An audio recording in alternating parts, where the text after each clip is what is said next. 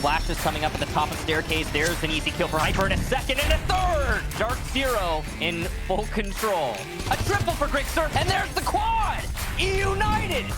Great teamwork. Soniqs take the lead again.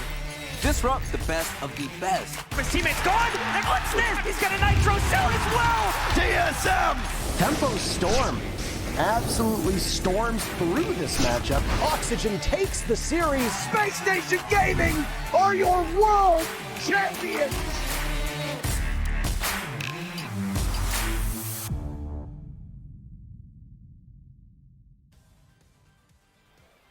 Welcome to Stage 2 of the Rainbow Six Siege US Division. We have missed all of you so much, and we are so excited to get Stage 2 rolling. I'm Jackie Jing, and I'm with our lovely analysts, Jesse and Veli. Gentlemen, I missed y'all too. I know. Hugs. Missed y'all. I missed you. I know, but so excited for Stage 2 to start up, you guys. Yay! Yeah, I'm definitely excited. I just want to be the first to say, Jackie, I missed the hell out of you. Jesse, I miss you and your big brain, man. Stage 1 was amazing. The NA Major was fantastic. But we're back to Rainbow Six. I'm going to be honest with you all. There's nothing better than this, man. I'm ready to get the game started. I mean, Stage 1 was just so exciting. Stage 2, man. We are here, and I just feel like it's going to get even better. Jesse, how are you feeling right now? Where's your cat? He was here for all of the rehearsals. She's sleeping. We'll get her in for one of the broadcasts, I promise. Wake her up. But I don't want to. That's mean. That's mean, Let the Belly. cat No, I'm sleep. excited. Let the cat sleep. We had a long break. I spent every minute of it watching VODs and counting on the moments, and so right here we can start up Stage 2 again. Let's just get it underway. I'm so pumped. Yeah, let's get right to it and talk about the schedule. We have some fantastic matches ahead of us. The first one, little drum roll, DarkZero versus the Soniqs. Veli, I know you're super amped about this one. Grudge match, revenge, will they get it? And then OXG versus Tempo Storm, and Tempo has made some changes. I know OXG talked about making some changes as well, so really excited for that matchup too. And we are ready to get to all of the action just a little bit, just a tiny but real fast. We want to take a quick look at this word from our sponsors. Take a listen.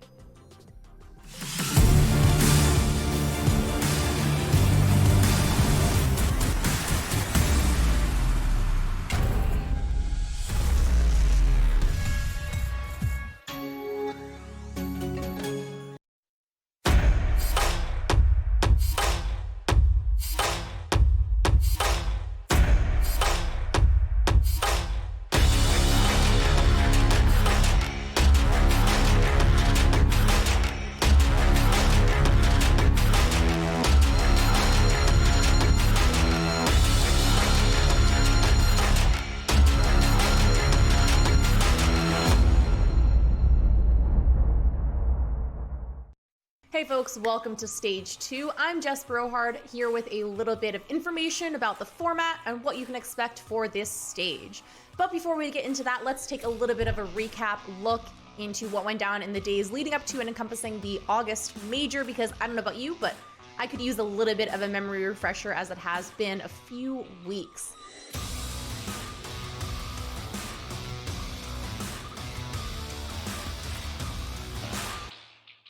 So DarkZero, who are arguably the dark horse of the group, of course, they won the whole thing. Now, they came into the Major via the qualifier, where they were placed versus the Soniqs, Tempo Storm, and Canadian Division Team Mirage. And as we all know, DarkZero absolutely smoked the competition. The way those matches broke down, they got a 2-0 versus Mirage, and then a 2-1 versus the Soniqs, placing them into the Major. Once we got into the Major itself, DarkZero continued to impress. They just sailed through the upper bracket. First off, they took a 2-1 against Space Station Gaming, and then they took back-to-back flawless victories. They had a 2-0 and then a 3-0 versus TSM in the final and the grand final to win the whole thing. Now, after the Major, we did see a small roster mania period. We had some players and some coaches, analysts, all that good stuff being shifted around. We had Disrupt, United, and Tempo Storm all making player roster changes. Those player roster changes are as follows. Disrupt removed Nyx from their roster. United removed Callout and Forest, and then added Kanzen and Rexen. Now, Rexon is a Challenger League player coming up from Team Rent Free, and Tempo Storm removed Sloppy and added Jarvis, another Challenger League player coming from Team PogChamp. Which brings us to today. Once again, 8 teams are here for Stage 2, so let's take a look at the format. Once again, it is going to be double elimination, best of 3. Starting in Group A, we're going to have DarkZero VS Soniqs, SSG, and E United. And then Group B is going to start with TSM, Oxygen, Tempo Storm, and Disrupt. Just like we did in Stage 1, as we move into Phase 2, these top 2 teams from each group are going to be placed into Group A, and the bottom 2 from each group head to Group B. From there, the top 3 teams auto-qualify for the 6 major in November. Places 4 through 6 head to the regional qualifier, and 8th place heads to relegation to duke it out against the team who finishes first place in the Challenger League. But let's move on and talk about what exactly is at stake. Let's start by pulling up the prize pool graphic. Whoo, that is a pretty penny. The first place team at this stage walks away with $15,000, second place gets $8,000, and so on. But let's be real. You want money? You get a job. You want glory? You play Rainbow Six. Because this stage, just like every stage, is all about those points. The top 16 teams by points, regardless of region, will head to the big one, the pièce de résistance, the 6th Invitational. So let's pull up that graphic and take a look at how many points these teams will be getting. As you can see, performance during this stage is crucial because there is no set amount of points that will guarantee a spot. It's all relative to how many points the other teams are getting. Because remember, once again, the 16 teams from around the world with the most points will be invited. But to tell you a little more about these points, I'm going to tag in the analysts, Jackie, Jesse, Veli. Can you tell me and the audience a little bit more about why these points are so crucial? Yes, Jess. Oh my gosh, it is all about the points. You need those points. And Jesse, you're going to talk us through the current point standings for NA. And I don't know if you all noticed one of our graphics.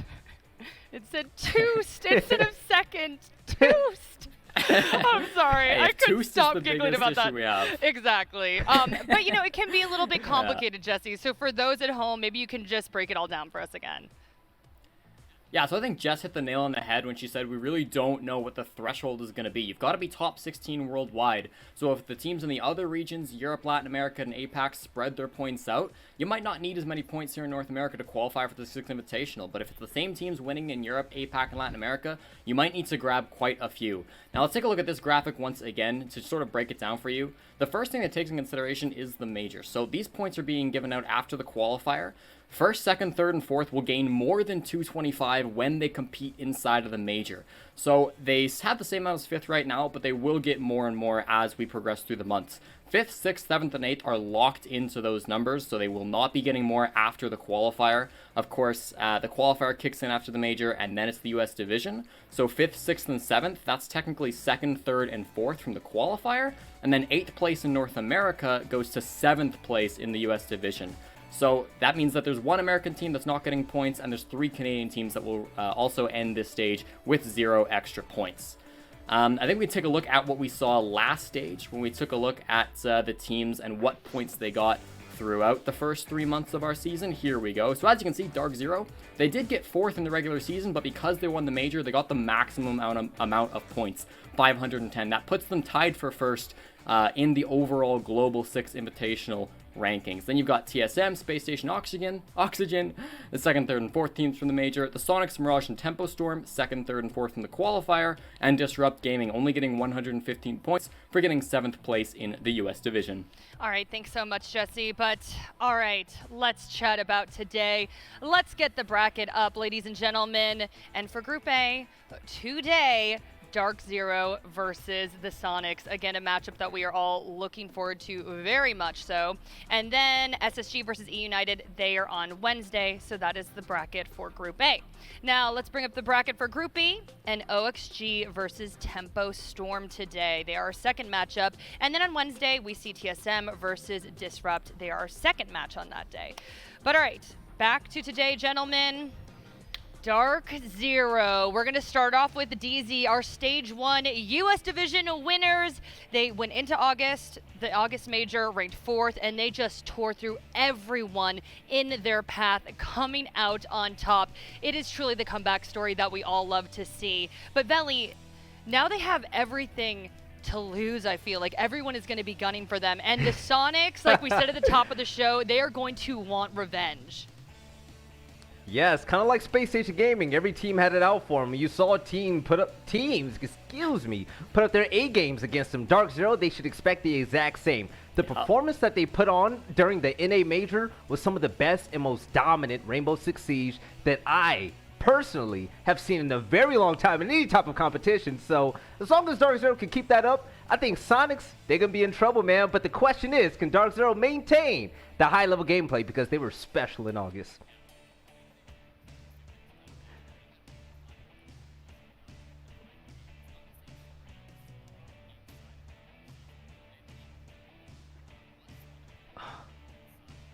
So good.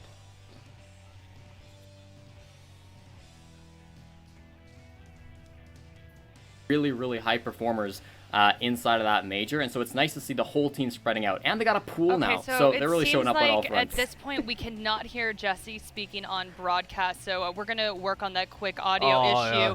He had some good points. I know, he just said some great stuff. Obviously, talking about the strength of this lineup and how at the major, DarkZero just came together as a team. It was all 5 players working on all cylinders, and that's why we saw so much success from them. But Veli, since Jesse's just sitting there looking beautiful for us, thank you, Jesse. I do want to pick your brain. So handsome. I don't know, can we hear him? We got it! Yeah, I think I'm good now. He's back! Hey. He's back! He's back! Welcome back, my Canadian brother. So, Jesse, I kind of summarized what you were saying when you were muted or whatever the problem was, but I do really want to pick your brain about DarkZero and how they're a team that capitalizes on prep time. They do well when they have time to do their homework, without question, and we've had a long break here. So I feel like they've worked really, really hard on a game plan when it comes to Soniqs. What do you want to see from them today?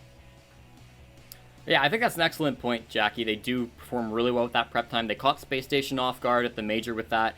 They showed it really well against TSM on Oregon, that final map, to win the whole thing. So clearly they've demonstrated that they play really well when they have that prep time. Against the Soniqs, I think Soniqs have shown that they've been a really aggressive team, and that's helped them in a lot of games, but it's also been a hindrance to them in a couple of rounds. So if DarkZero can capitalize off that, find out when these rounds are going not quite the way that Soniqs want them to, and maybe take advantage of the aggression, there's a path to victory there for DarkZero. And also just outsmarting them in the map bans. I mean, every single game throughout Stage 1, we saw DarkZero play really, really well inside these map bans. I love man, this. that's such a beautiful mural. I know, this is their a really gaming nice room, y'all. artwork. Apparently, this is the debut, and yeah, the artwork is just absolutely off the chain. I love it. It's so cute. Oh my God. Aww. Yeah. For anybody that hasn't seen their video showing off their new home, oh my God, it is the greatest thing I've seen. Yeah. Yeah, Period. and No, Jesse was talking. Sorry, but you no, could you were see- saying earlier how like everyone has a pool.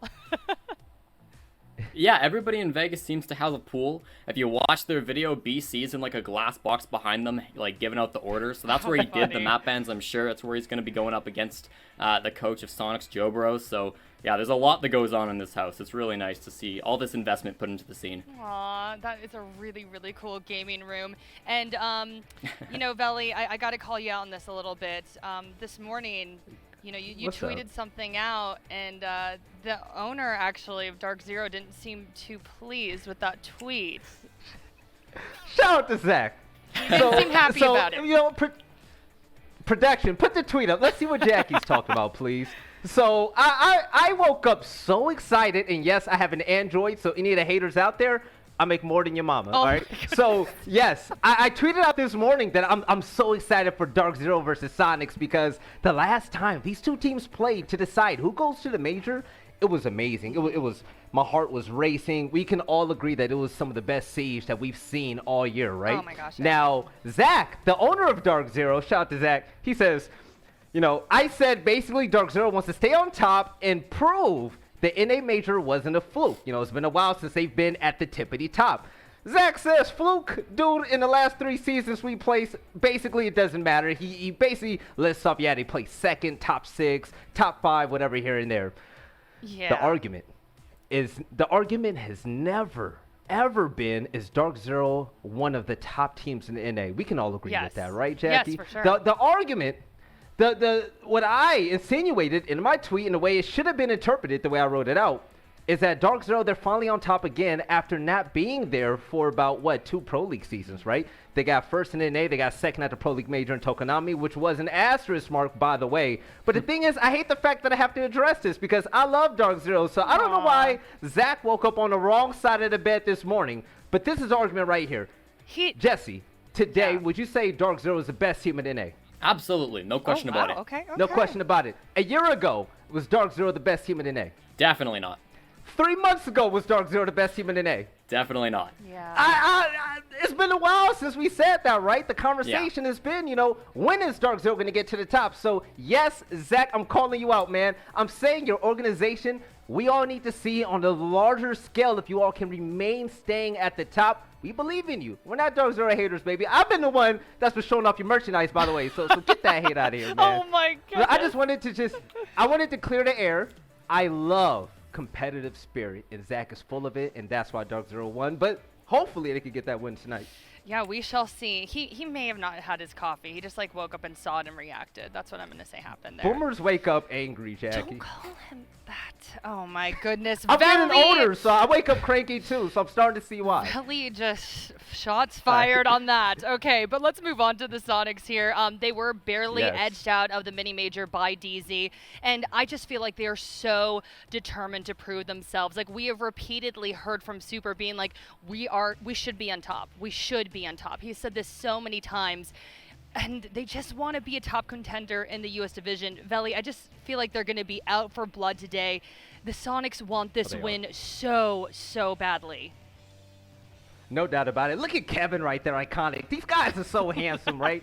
They believe they're a top 4 team. They've been preaching it since the season started in Stage 1. I've even predicted them to be my dark horse and a top 4 team in the league. Now, this is their second test, not their first real test, but their second test with their first to Stage 2. They went against DarkZero and showed us that they can compete with the top of Rainbow Six Siege in NA, right? Now, they get a second chance to do it again, and if they can pull off that win tonight, Soniqs can shock the world and really pop off. I can see Super now on Twitter saying this is what I expected. And you know what? If they win, they deserve to say that all day long. I can't wait. And we're taking a live look at their gaming room right now, and they don't have the mural, but they have an adorable Dalmatian. I always like. He just walked off the screen, but I was like, oh, he's so cute. Always love to see the Dalmatian. But Jesse, I definitely need to talk to you about the composition of this team. I think that all 3 of us have always said that this is a very strong lineup now. Like, they are all together, and they look scary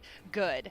In the past, they have struggled a little bit, but do you think that it's all coming together now? Do they have what it takes to get the win today, Jesse? For sure. I mean, let's get one thing out of the way first, right? DarkZero shouldn't have won the qualifier. Like, Sonic should have taken that best of 3 series. They choked away 2 maps in overtime. Like, if they had just sharpened up in those last couple of rounds, they make it to the major, and who knows what happens from there. DarkZero played a lot better at the major than they did in the qualifier, so I don't think that this is going to be an easy cakewalk for Soniqs, but they've shown that potential is there. Throughout the season, they played really well. Their stats look really nice. They had the highest defensive win rate in the league for Stage 1 at 60%, and they're going up against DarkZero, who had the highest attacker win rate in the league. So that's going to be very difficult to keep up that win rate in this matchup here, but Soniqs have already shown that they're a good team, and I think, again, tuning that aggression a little bit would be nice to see. I think Iconic's got to keep showing up. I think that Gompy's got to keep making plays. Super getting on the board a little bit more often would be kind of nice, but it's not super necessary because, he's playing that IGL role. He's playing some more supportive roles, so it's not the end of the world if he's sitting back and giving those orders and, letting the young kids and the Europeans on his team get all the kills. All right, gentlemen, I'm loving this analysis here, but our teams are actually getting ready, and it looks like we have moved into the map selection process. So let's see if we can bring up this information and chat about map veto. So here it is, gentlemen. All right, that makes sense. Coastline first, picked by the Soniqs. So they only lost this one against DarkZero. That was in the qualifiers. That was 6-8. That's one of the maps that they choked away. So they're going to want some revenge on Coastline, clearly. And Consulate was the other map that they choked away in overtime against DarkZero. So clearly looking for some revenge are the Soniqs. Cafe is not necessarily the strongest pick from DarkZero, but if they feel confident on it, I mean, it is a good map for them. So I don't hate this at all. I think this looks pretty standard, but definitely favors the Soniqs a little bit. Okay. I think the freedom that's going to be given to the Soniqs, whether it's on attack or defense, on Coastline, and especially Consulate, it could help their case. It could help their case. We all know how DarkZero is on attack. These guys are sharks, so they're going to have to be in their A game. But looking at the maps, I see that Soniqs, it looks like they have a really good chance of pulling this out. All right, thanks so much, gentlemen. We know the map picks now. Who's going to take it, though? Who's going to win this one? It's prediction time. And Jesse, you know, I don't know. Is the big brain still functioning? Is it a little bit rusty here? Well, what are you picking? All right, listen. The Soniqs keep on saying that they believe they're a top 4 team, and I love that enthusiasm. But they've never beaten a top 4 team. They have yet to do it, and until they actually find that success, until they can get the win, I can't pick them over the North American champions. It was a close game last time, but DarkZero's improvement throughout the major looked so much better. I gotta go with the favorites here. I gotta stick DarkZero to win this series, but who knows? Valley? DarkZero makes sense to get this win entirely. Yeah. I'm going to be honest. You would have to be a hater to not pick DarkZero. So that's why I'm 100%. I want to pick the Soniqs. Only because oh my God. I pissed off Zach and DarkZero one time today. I got to do it one more time before the day is. So I'm going Soniqs. But this is going to be a barn burner. Oh, this boy. Gonna be crazy. Okay, Valley picking the Soniqs, I think, to jab at Zach a little bit. And then Jesse picking DarkZero. But we are super excited about this matchup. For all of you watching at home, if you don't already, please make sure you follow us on social media. We have an awesome Twitter account. They're super interactive. We're also on Instagram as well. So please make sure you follow us. But we are ready for the action. Okay, coming up, we're going to see our casters and Taro and Kicks. I know I've missed them so much. I'm sure all of you at home miss them too. And also, do not forget to participate in our community poll. We got a really awesome question, so check out our social media accounts. All right, gentlemen, stage 2 when we come back. Let's Yay! go. We'll be right back.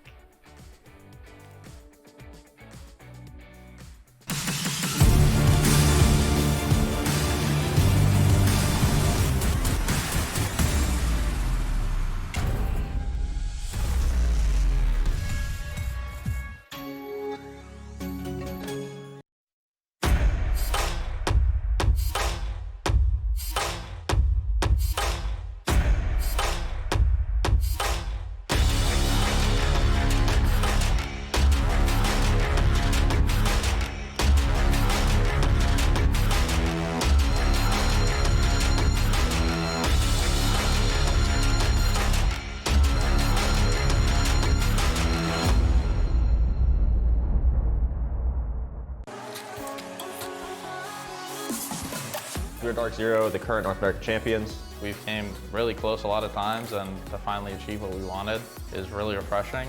I think the major, like the mini major, is probably the most we felt like unstoppable. But I mean, it's Rainbow Six, so anything can happen.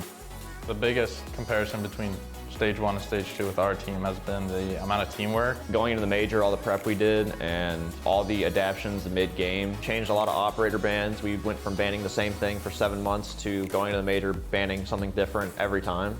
We also were more aggressive in map bans. We didn't always just go with the safe pick. We went with maps we knew other teams were good on, but we knew we could beat them on.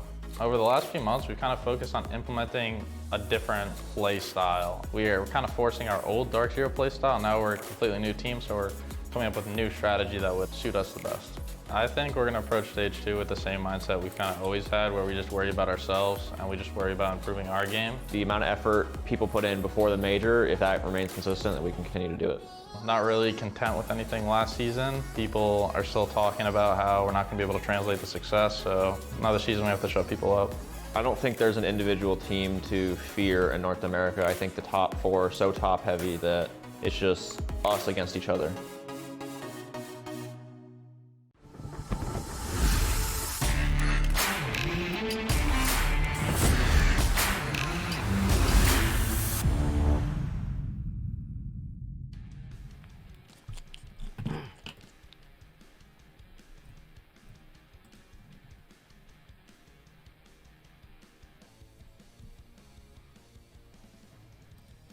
It looks Look how amazing. nice these tiles are. They look so good. Yeah, I agree. I think it looks great, personally. So I don't really have any complaints. I'm on the blue side. Yeah. You're on the red side. I don't know really what that means. I don't know what to it means be either, honest. Parker, but I will say the tiles look fantastic. I love the set. I'm excited for the match. I'm just waiting for everything to get started. You know, we've got a really exciting one coming up, of course, Soniqs versus DZ. I think this is one that a lot of people would be looking forward to. DarkZero as a team in the major, they really proved themselves. The Soniqs, I think, have been a squad that everyone's seen as like the budding potential.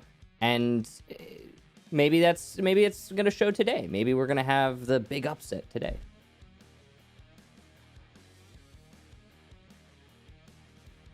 And that actually ties in perfectly, Michael, to our state-sanctioned community vote. The question, of course, is, and you can answer it on R6 Esports NA on our Twitter account. The question is, will the Soniqs be able to exact revenge from DarkZero? That's the real question. Jesse really hammered that point home on the analyst desk. SQ choked. DZ did not win the qualifiers.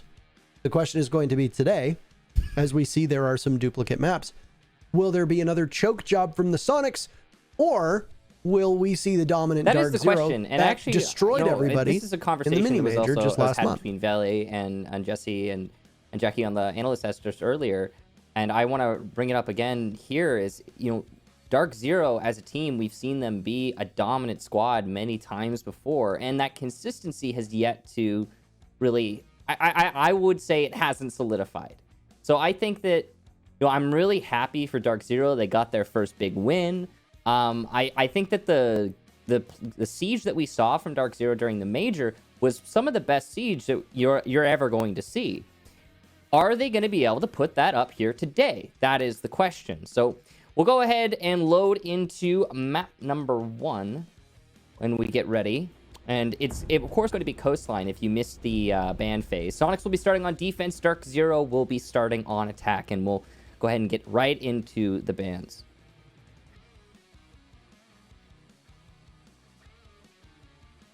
Now, one thing to remind everybody at home that's going to be tuning in is that both Ace and Malusi are out of quarantine, so they are perfectly capable operators now. Zero is in, he's quarantined. No Sam Fisher for us, and well, you might as well put them back in quarantine because we're not going to have any Ace today. Now, Ace up their sleeves. Soniqs' first ban is going to be the new Hard Breacher. A Jackal ban is going to follow up. A Jackal on Coastline can fulfill a role similar to what we see out of possibly a Nomad, a Yana, a Capitao, etc. in terms of where they get banned in the rigmarole. DarkZero doesn't like Vigil. That's taking one of the powerful operators away from the Soniqs. The question now, does Soniqs, do they ban out Malusi? That's the question. And no, they take out Valkyrie. So we will get to see, over the course of this map at least, Malusi in play should teams want to use her. I'm very interested in regards to the Ace Jackal combo because it's going to leave Thatcher up. Hibana is also going to be in play as well. So lots of options here for the attackers. With the Hibana, she might be a consistent pick, but it's also worth considering that there's a lot of sites on Coastline that don't actually need hard destruction at all.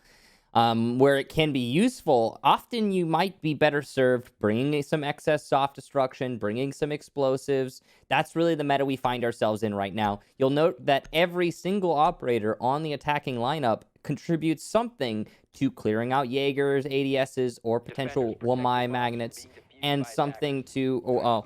and then if they're not contributing that, they're contributing to the explosives. Now, the Hibana was brought, 6 picked into... So that is going to be an option. The hard destruction will play into this. And I think that was specifically because the Mira is left unbanned. In this instance, the most useful thing you can do with Hibana Excaros is get rid of those Mira windows.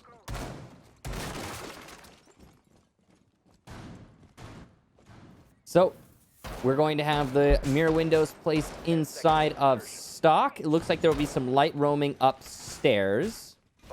Lots of soft destruction on the attacking side, likely to be used in the floor. It'll probably be a top clear here, given the lineup and the current bomb site. Plenty of C4, though, to potentially make that difficult on the Sonic side. They've got 2 sets.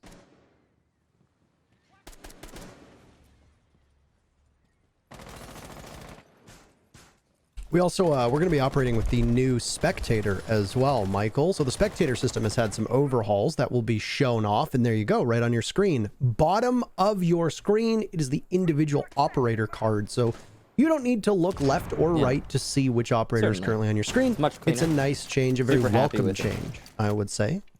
Now, that's curious. Easily opens up below the mirror window in front of it. Now, what that's going to allow Easily to do is shoot off Habana Exqueros as they try to break the mirror window. That's very clever.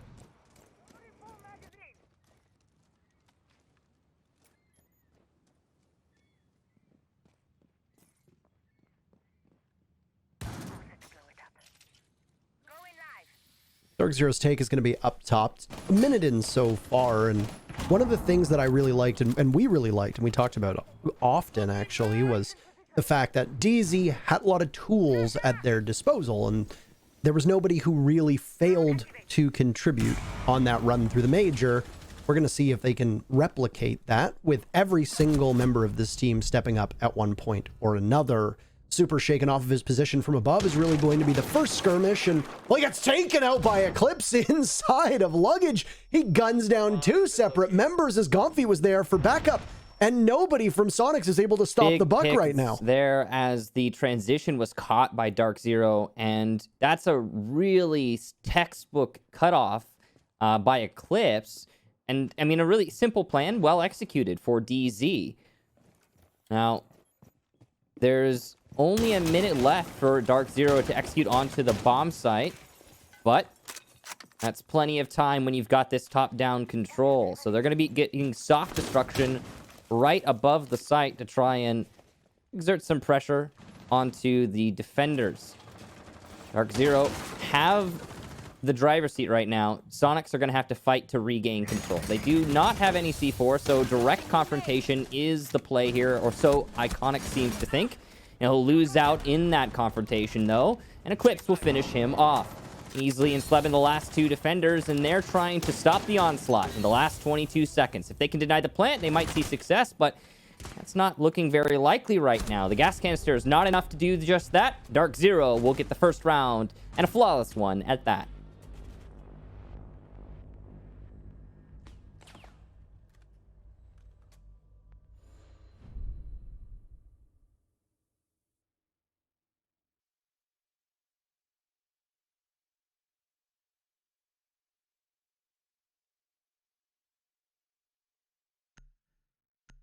It was quite the sight to behold from Eclipse from above.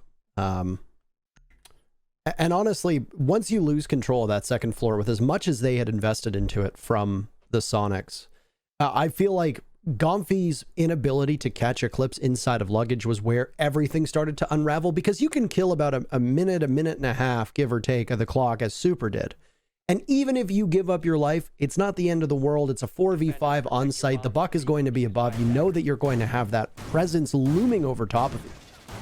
But the greater concern, obviously, was that after they lost Gomfy, there was nobody that could have late rotated up top. There's nobody who could have played off of main lobby as aggressively without sacrificing some piece of your team elsewhere, leaving Easily on the bomb site as really the lone hope towards the tail end of that round. And I mean, smokes can do magical things, and they have many times before, Easily in particular, but against a DZ team that through one round so far seems to be working as well as they did during the major, and obviously it's way too premature to say definitively.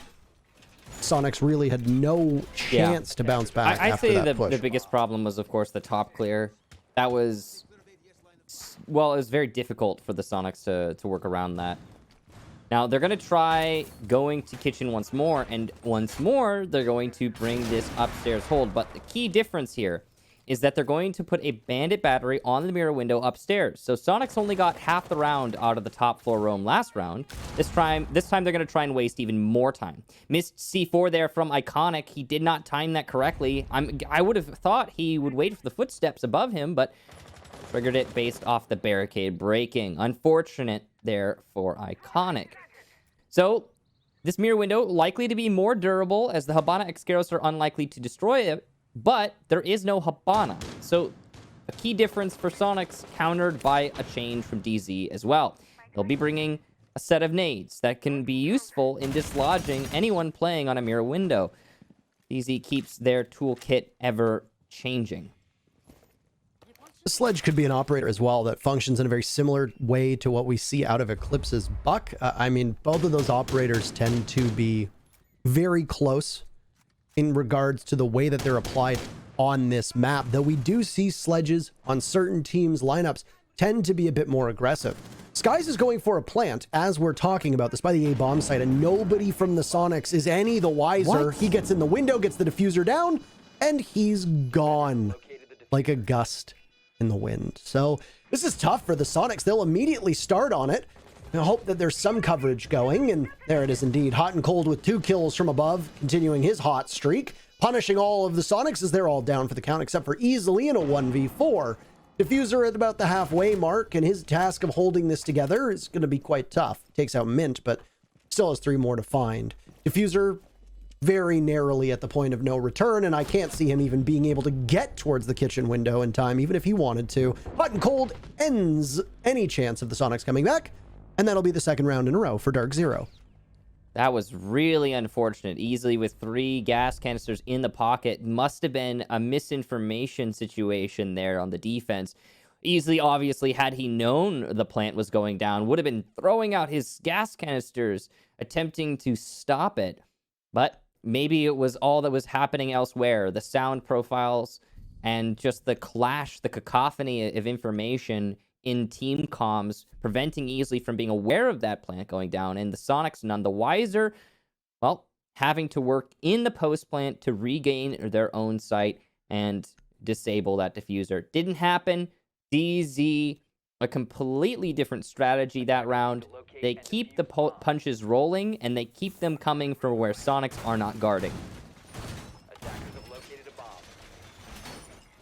After 2 attempts at the same bomb site, they're deciding to swap it up. And I like this. I like that they're going to go to the double bars. Given the way that we saw Super play that mirror in the very first round, I wouldn't be too surprised if they do invest in hookah above. And I mean, a lot of teams, when investing in any real defense of this bomb site, will want to hold the area directly above it, as is being shown on your screen at the moment. Obviously, teams are going to want to clear from the top down, and 2 rounds in, DarkZero have been excellent at taking control of that 2nd floor, pushing off the members of the Soniqs, either by taking their lives or letting them roam free after that. Usually it's the former. In this case, as I say all that, the Soniqs are going to expand the bomb site out towards the kitchen. And they're going to try to hold the main lobby, and they're going to try to hold delivery, given what we see out of the barbed wire, given what we see out of the Mira setup. So if you're DarkZero and you decide to push the A bomb site, the Soniqs are going to have to return fire from either the B bomb site or the kitchen.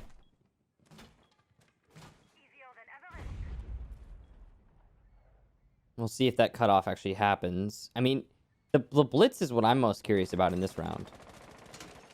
It's a really different pick. Now, Blitz, of course, Mint is the Blitz guy.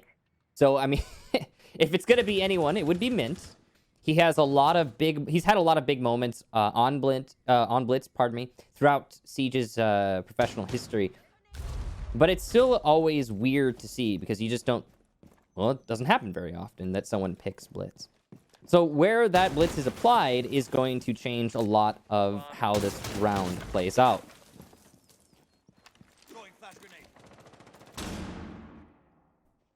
Once again, attacking from the top is we're going to see the ever so familiar Buck of Eclipse. He and Hot and Cold, all but 1 kill so far for DarkZero through these 2 rounds. And of course, the day is still very young, so I suspect we'll begin to see the rest of this team catch up. Yeah. That Blitz that you had talked about of Mint is positioned at the top of Cool Vibe stairs. He's got a date with the Maestro of Iconic down below, and there's a Malusi Banshee in his way as well that will slow him ever so slightly. They managed to shove the Maestro off of the position, but the play from DZ is actually towards the bomb site, and Mint might be going to pressure easily. At the moment, the Blitz will be stopped by a toxic canister thrown down, and there's only 1 minute left for DZ to make something work. That gas canister was a little early, but he used it because he could hear the trunk of the Mint Blitz coming. He's going to use another one soon, but Blitz is already in, and Mint will secure the kill in the corner. Gonfi does get Skies, but above, Eclipse manages to get Sleben at vertical pressure, working out very well. Gas will dissipate, allowing Mint a safer position in the corner, but he can't plant because of the Maestro. He'll get on boost spot behind the bomb, and he's going to start that plant now. Here is the call. Iconic swings and lands the shots. The vertical cover not working for DZ this time. But it might not be enough, as Iconic is now the last defender alive against 3 attackers. He only has to stay alive for 15 seconds, and he has the diffuser, so this is winnable, especially with the Alda. He'll get none, though, as Hot and Cold cleans that round up. I was going to fault the coverage that we saw onto Iconic, but I guess it didn't really matter. They killed everybody else around him, and then the Maestro was left alive. And while the objective for the Soniqs was to shut down that plant, and Iconic did his job perfectly, the rest of his team did not win a single 1v1 from that point forward. And, well, Iconic was swinging inside of the bomb site and just basically waiting. There's 20 seconds left in a 3v1 favoring DarkZero. We've seen Maestros be able to pull things off with that much time on the clock before, but not with the way that DZ is playing, not with the top floor control that they had, not with all of that floor/ceiling inside of Sunrise Bar torn to pieces. I don't think there was any world in which Iconic could have possibly hoped to emerge alive. So 3 in a row for DarkZero, and their objective play has honestly been quite fantastic for this team. Starting on attack on Coastline on what is a defender-sided meta at the moment, and a utility soak 20-second meta that we like to refer to it as, where the attackers need to bring as many explosives and as much soft destruction as possible. The Soniqs just have not looked very comfortable. They have not looked like they can read DarkZero. They are conceding gunfights. They are not returning fire. And I mean, we got to see it through 3 rounds so far, Michael. There have been a number of times where it looks like the Soniqs are being caught off guard by DZ's positioning, and a lot of them are dying with their backs turned to DarkZero. Yeah, I think it's, you know, I mean, the last round, if we're talking about backs being turned, Mint did a great job as a distraction effort. It seemed like the Soniqs' main, or sorry, the DarkZero's main plan was to get the plant, right? But they sent Mint on a solo mission. He didn't even have one gun supporting him from Mudroom. It was all Mint in the corner trying to plant by himself. And what did that do? Well, it effectively distracted Iconic and many of the other Soniqs. Early engagement here, and it's going to be a win for Sleben as he just gets more aggressive. Clips trying to open up the wall, thinking that Sleben would reposition deeper into bathroom. That is not the case. Now, DarkZero, 1 man down, and Sleben has taken a little bit of damage, but he will continue to roam. What we need to see, and I'm going to do my best Veli impression right now. Okay. What we need to see is we need to see Sleben and Gonfi step up huge here. That's my Veli impression. Well, Sleben's not going to be able to step up. He's not even going to be able to stand up. Just stay right where you are. He gets punished by the Zofia of Hyper, who enters so confidently through service. That quick action has really masked how little of the clock is gone. There's still over half of the round left to play with. And I mean, yeah, you lose Eclipse. He's pretty important, especially on a bomb site like Hookah, but it's not the end of the world. And you've been able to take out one of the most formidable players from the Soniqs when he gets going in Sleben. I know it's not exactly a trade, but I'm pretty happy if I'm DarkZero right now. Yeah, that's a much quicker response to an early kill by a roamer than I'm used to seeing. Typically, you would see that roamer go on to waste a little bit more time. But a part of that has to do with how Sleben handled his positioning. He stayed in bathroom, or sorry, in service entrance way longer than he ought to. Near bathroom, but not quite. Now, moving forward in the round, DarkZero, once again, little bit of trouble here when it comes to time. We're getting down to the last 50 seconds. They haven't made any headway on the site itself. They've got some decent established angles, but they are not able to execute just yet. And the Wub Wub on Cool Vibes, a little bit of slowdown, but Skies gets it quite quickly, actually. Right now, favoring DarkZero in terms of numbers, Michael. Easily and Super will have to try to hold this one off. I can't say I envy Easily, who's now gone from the map. 30 seconds to go, and Super will follow him very shortly after, with DarkZero taking a commanding lead. They've had the lead the whole game, with the exception of the first 3 minutes. But now it's 4-0. They will decisively win this first half. These are good numbers for Coastline. Right now, there is no real trouble with DarkZero in terms of their entry. There is no real trouble on DarkZero's side of things with being able to balance the utility that's being brought from the Soniqs. And the Soniqs are bringing Melusi every round. There was a lot of chatter and a lot of criticism towards Melusi and the fact that she has 3 bulletproof gadgets and she would only exacerbate what is already a very utility soak heavy meta. Well, obviously, not proving to be much of a problem for DarkZero right now. They're going to continue to look to run up the score. The question is whether they'll be able to pull that off, as the Soniqs will head in round number 5 right back to the bomb site. They just lost Hookah. It's been an interesting run so far. The cutoffs from DarkZero have been excellent, and I think have been well and truly countering the play from Soniqs. There's also some curious utility placement. For example, that Melusi gadget we saw on Cool Vibe Stairs was placed far too low to be effective. Ash was able to break that and walk away unscathed. Typically, you want to put it somewhere that is covered by a defender so that it can delay for a longer period. But placed at the bottom, absolute bottom of Cool Vibe Stairs, it accomplished very little. It's going to be, I think, I want to say a little bit higher this time, which is good, but not quite as high as it could be. Now, either way, it's a small thing. Soniqs can recover from that if they take their gunfights, and if they have more successful roams like the one we saw from Slebin in the last round. Even if it was still a win for DarkZero. Those are building blocks to potential round wins.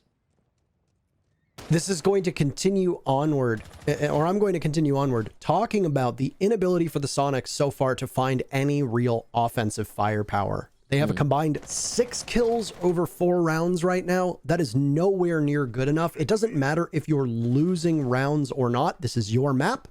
You are starting on defense. It is not that one-sided that you only get 6 kills over 4 rounds. Yeah, Coastline is an attacker-sided map. Cool. They need to be doing better than this. Now, I don't know if it's a failure to figure out the strategy of DarkZero or not. DZ are and have been very creative with their entries. We saw that in the mini major. It's a big part of why they took it out as effortlessly as they did. But right now, the Soniqs just seem to be perplexed, and whether they simply aren't warmed up, whether they're just not feeling confident, whether the change in meta has put them in a position right now where they're not able to land their shots. I don't know. I'm not going to try to diagnose this just yet. But even if you're losing these rounds, you have to find something when it comes to the scoreboard, and the Soniqs just aren't doing it right now. You could see that Soniqs are really scrunched up together here on the bomb site, and a big part of that is because their roamers have been forced back, if they even had them in the first place. Now, this is due to DarkZero clearing out the entire map before going for their site execution, and doing a very thorough job of it. That's what's been going on for the last 2 minutes in this round. Now DarkZero has cleared out those roamers. They've forced them back to the bomb site, except for Super, who's playing directly below. He might have just dropped, actually. And they're going to be able to start their attack onto the site. Now, worth noting is there is no IQ, and there is an echo in play. So those yokai drones could be a huge hassle when we come down to the dying seconds of this round, assuming they're not found by DarkZero earlier in the round. That's going to be a very close thing. Skye's going for the plant, though, very early. The Ashe sacrificing her life halfway through. You're going to need a clip of smoke, and Skies might actually be able to just hold this one through. He does. Unfortunate team kill from Hyper, not able to land enough damage onto Gomfy, but Hot and Cold is there to avenge him. Diffuser goes down successfully. Iconic trades 90% of his HP for a kill onto Eclipse. Down goes Hot and Cold. Hyper will try to hold things off in Aquarium, and he'll do a great job. It's all in the hands of Mint. The Blitz isn't exactly an operator that you want to engage in a 1v1 situation, and he's not even going to win his fight against Slebin. The guns come alive for Soniqs. They find their very first round, and I bet just a bit of elation goes through this team. They managed to get the diffuser after punishing every member of DarkZero, and almost the polar opposite of what I said, Michael. They can't win their gunfights to save their lives, and then they win basically all but one gunfight, which Hyper won, and the Soniqs take the round with it. Yeah, that's true. I mean, it did look pretty good there for DarkZero, honestly. The post plant was lined up well. The hold was solid. I thought that DZ would take that, and I was about to give praise to the fact that DarkZero realized they could just stick a plant, regardless of all of the anti-plant utility, the yokai drones, the evil eyes, the gas canisters, the C4. regardless of all of that, DZ saw an opportunity, seized upon it. And yeah, had DarkZero won their gunfights, that would have been a really well executed round. But the Soniqs did one better. And for the first time in this map, that's the type of Soniqs that we need to see moving forward if they want to have hope in taking Coastline. If they can shave off, and by they I mean the Soniqs, one more round on this first half, they're actually in a decent position. But a 5-1 is still a very hard task to, or I guess a very hard score to counter when you go into the second half. Run up that score is obviously going to be DZ's biggest focus here. I mean, I'd be content with a 4-2 score line, as a lot of teams are, especially on Coastline. You've already accomplished through the first 4 rounds what you usually try to do through 6. You got those 2 rounds as whether you want to experiment or whether you just want to relax and just vibe by the pool, Michael, you know? Leisurely cruise to the win. You can cruise to the win. It's fine. But this is already, and obviously we still have much more to go. There's 2 more maps to be played. This is already a much better performance from DarkZero than we ever saw in the original match against them and the Soniqs. So kudos and hats off to DZ, who seemed to have righted the ship after that scare. And I do think to a certain extent Jesse is right when he says that, well, it was Soniq's series to lose. Yeah, I mean, I would probably agree with the way these 2 teams played. It was DarkZero's major to lose, and they clobbered everybody, and they are proving that it wasn't a fluke, Veli. Well, I mean, so far they have proven that, yes. This DZ is the type of DZ that we saw during the major, and it's been an impressive performance thus far. If they keep that up, then fantastic. You know, it depends on the scale, really, whether you're going to be impressed by DarkZero's performance. I guess the time period you're looking at. Now, Habana has already done massive work getting rid of a major obstacle. The mirror window facing towards the blue bar. Good job there by Skies. Gomfi has been downed in the main lobby by whatever, but downed regardless. Sleben is going to go try to pick him up and actually will be successful. So one more gun on the board here. DZ, though, getting ready to go for the plant. A missed gas canister might actually be pretty bad, but DZ doesn't seize upon the opportunity. They let it slide. They know they can continue to wait out the clock, given that they've got a minute left in the round. There's no way all those gas canisters are going to be able to deny the plant. Hot and cold, first pick onto Gomfi, and he'll do so on the platform above Garden. Hyper gets a pick on easily in the site. That's going to force Iconic to reposition, but he'll be able to get one nice shot before being refragged immediately. Super elsewhere will take down Houghton. And it's going to be just Super now, who gets absolutely gunned down by Hyper with the pistol, no less. DZ, the aggression through blue bar, working out great. I really like the way that DZ entered there. They split their forces, putting some inside of main lobby, anchoring down inside of office, and then waiting to see if somebody was going to commit a mistake. And Hyper showing great patience on the doorway to bait out easily, knowing that the gas canister was going to come, and easily hadn't bothered to move from his spot inside of Sunrise Bar. That forces Iconic to take up the mantle of the smoke. But at that point, you've also been discovered. And while you get a single kill, you're caught as you're moving, and Hyper picks up kill number 2 before marching in and taking control of Sunrise, which is ultimately where he then kills Super. I liked that the Soniqs got a little bit loose with their roam in hopes of stalling out DZ. Through those 6 rounds now, as we switch sides and DarkZero goes on to defense, and the Soniqs will have to muster something better than they have on defense, on attack. Soniqs made a couple changes. They changed up the way that they were holding their spots. They still committed to that kitchen-style off-site roam play. That was fine. But unfortunately, the Jaeger gets caught out by a Nomad. Nomad is a very strong operator on this map because you can rotate back to almost every single bomb set on that first floor by the skylight in 5 seconds flat. But an air jab will cover a lot of area, and if you don't hear it or you don't see it, you're going to get pounced upon. That's ultimately where DarkZero started things. It forced the Soniqs to have to fall off of kitchen and try to get back to the bomb site because they could count that there were 3 members of DarkZero lined up in office, Hyper, Mint, and Skies. Well, you know right now that there's 3 of them waiting to try to pull off and execute. You've already missed a smoke. You're going to try to go for it again. You're probably going to be punished for it. And that's what ends up happening. So hats off to DarkZero for that first half, obviously showing that some of that hot streak and poise that they had from the major was by no means just a good weekend. They've learned their lessons against the Soniqs, and they are putting them to good use. I really like the extension into the kitchen by the Soniqs in that blue bar hold. It wasn't just your typical one. They went all the way into storage and tried to control main lobby with that mirror window. I really got to appreciate Soniqs' effort there. Now, the question is, can they change their fortune here on the attacking half? Now, Billiards is the first site defended here from DarkZero, and the first kill will go to the Soniqs, but not too swiftly will it turn into further engagements, actually. I'm kind of surprised by how quickly these are coming out, and no one's letting go of the other. DarkZero keeping this at an even man count, refusing to let the Soniqs have the man advantage, and that is regardless, or I guess, despite Lion with the EE1Ds forcing DZ to stand still every few seconds. Hyper knows the positioning of somebody from the Soniqs outside, and he just misses, goes for a second, could have very easily been punished for that. He'll instead fall off and let the Ash of Gomfi go somewhere else.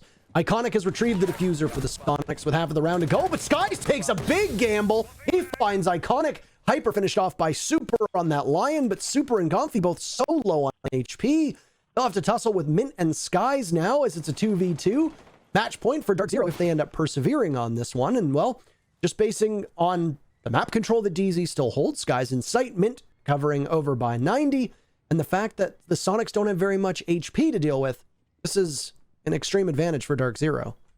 It's certainly looking like the Soniqs will be able to lock, or rather, that DarkZero will be able to lock this round out. Gomfi, though, is trying to prove otherwise. He knows where Skies is, and he's trying to get the angle, but he's unable to get that fight going in his favor. 40 seconds left. And it'll be, looks like, maybe a VIP Aqua split? Super's by VIP. He doesn't have time to relocate at this point. He's committed to this push. Gomfi trying to push into Aqua. You've got one defender by 90. That's going to stop Super, but he looks the wrong way. Mint gives away a free kill, and now it's all on the shoulders of Skies to win 2 1v1s. He won't even win the first, though, as Gomfi actually trades with himself getting downed, and the headshot landed. If Gomfi hadn't landed his first bullet on the head, Gomfi would have just lost that fight. Beautiful retake there from Soniqs, and a huge win that they definitely needed. The Soniqs are going to continue to use Lion through most rounds on Coastline if history is any indicator, and I suspect that's why you're going to see as much Mute play from DarkZero. I mean, Mute is a strong operator. Nobody's going to deny that, and a Mute or a Smoke, they're almost always a requirement because their shotgun is not just good in terms of killing potential, but more importantly, you're going to need it for that site construction work, or deconstruction, I guess you could call it. Either way works. Either way works. So whether you have a Smoke or whether you have a Mute, it doesn't matter. Obviously, when a Lion is going to perpetually be on the board, as we should expect with the Soniqs. Obviously, they can change that up, but if history's any indicator, Super is going to run that Lion every single round. The Mute Jammers are going to become very crucial, not just in terms of gadget denial, but in terms of intel denial. And I mean, DarkZero have proven that they can hold very aggressively off-site and do a successful job, even though they misplayed the end of that round by both Mint and Skies losing their fights. I suspect that those Mute Jammers are likely going to go for the players that are going to be on site and allow them a little bit more freedom and just hope and trust that the roamers can fight off any challenge they get from the Soniqs, because the Soniqs still haven't really woken up here in terms of fragging potential, but they've only had one round on attack so far, and it wasn't too bad. So, well, in recent history, DarkZero hasn't been very good at winning on Coastline, at least on the defensive side, specifically, actually. And they haven't gone to Penthouse. So this is a new thing for them. With Mira in play, I guess I can understand it. It's a bit of a throwback to have Mira be the key to going to Penthouse, but here we are. I'm curious to see if it's going to work out for DarkZero.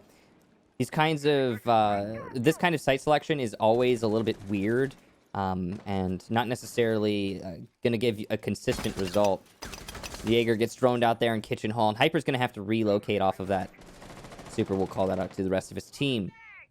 Well, The Soniqs are set up to take VIP, Hall of Fame, and the bathroom upstairs, and then launch their tech onto the B-bomb site, as is typical for this site. DZ is counting on a little bit of confusion from the Soniqs, and a little bit of lack of practice, because this site doesn't get selected very often. If DZ needs to head downstairs, you can see that many of the default plant spots, or at least the road to the default plant spots, have been blown open, which will allow a counterpunch to be made and you to hold off on the objective play if the Soniqs attempt it as much as we saw DZ attempt it.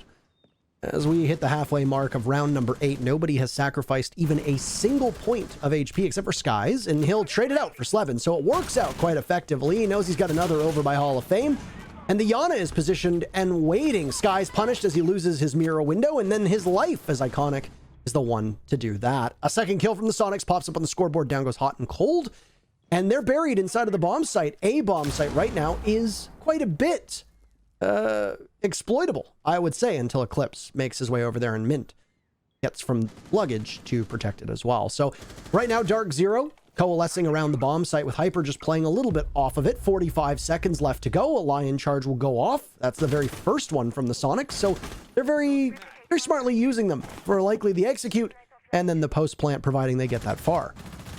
Iconic gets his second big kill as he entries, but Mint will shut him down with another for him. Beautiful job by Mint. Now, Super's trying to come up from White Stairs, and as Hyper gets eliminated out by VIP Hall, it's all on Mint. He's going to have to drop a quad to win this round. Now, 20 seconds remain. The attack does not have Diffuser. Super on big window repel. EE1D perfectly timed, allowing him to repel in, and the pre-fire as well, but there's a C4 to deny. We're going to have to see Gomfi shoot this mid-air, and he will. He gets it. So the plant goes down. Mint gets his triple kill, and he times the peak perfectly. Whoa! As Super eliminated Mint with the quad kill, and DZ will take the round. Goodness gracious. So well played by Gomfi, by the way. The Soniqs played that almost perfectly. They knew exactly what was going to happen, and yet Mint was still inches better. Pre-firing onto the Lion, taking Gomfi down. Goodness gracious, what a play and a recovery from DarkZero, and with it, they take the round, and they're on match point. Now, this is not the old system for those that have maybe skipped an entire stage of this gameplay. There is overtime. Some team needs to win. DarkZero right now in a very commanding position to do so, and they're going to keep on defense for the remainder unless we need overtime. And they win a penthouse defense, which is quite a rarity. Even just seeing that bomb site alone is very rare. DarkZero will go back towards a typically safer bomb site for the defense in Hookah. That was a really big win there for Mint. He is the clutch master sometimes. He seems to be pulling through here today.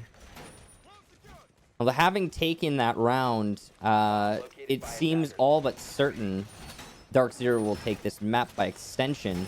This has been a much better defensive half than DarkZero is used to on this map, and that is another big up for them. Certainly been learning quite a lot, it seems, from their past experience. Now, so far, DarkZero have looked pretty unshakable. There have been some minor mistakes that have been, I'd say, exploited by the Soniqs.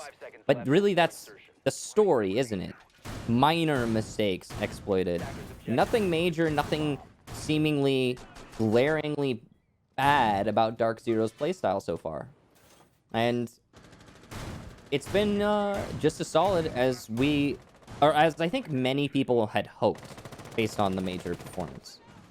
Yeah, I mean, with the way that DarkZero has been playing over the last month, Michael, they're hotter than a gender reveal party right now, so... I know exactly what you're talking about. And you know I'm right, too. Yeah, it's pretty terrible, actually. The air out here is disgusting. It's like we never left. And you'll know what I mean by that. I do know what you mean. But...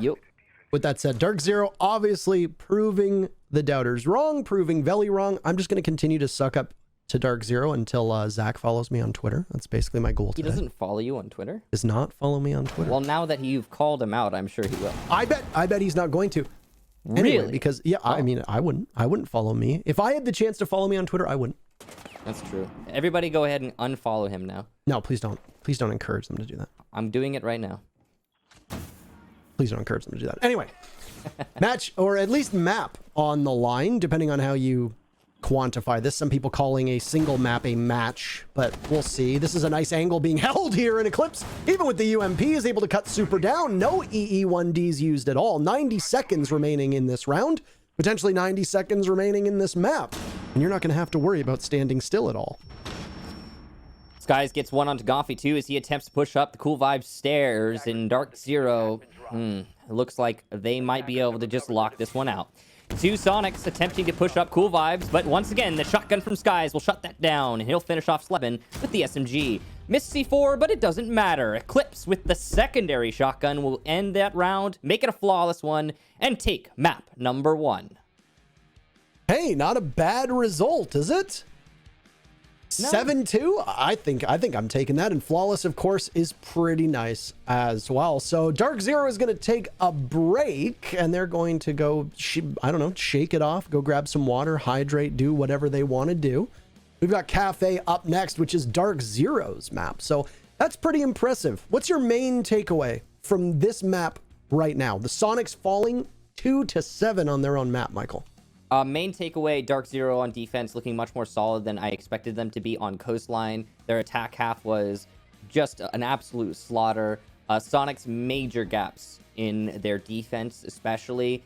For example, that plant. Even though the Soniqs won the round where the plant went down with Ash rushing straight in, that's still a flaw in your defensive setup. So there's some work that needs to be done there on Coastline for Soniqs. DarkZero certainly has proven that they put in work on that map.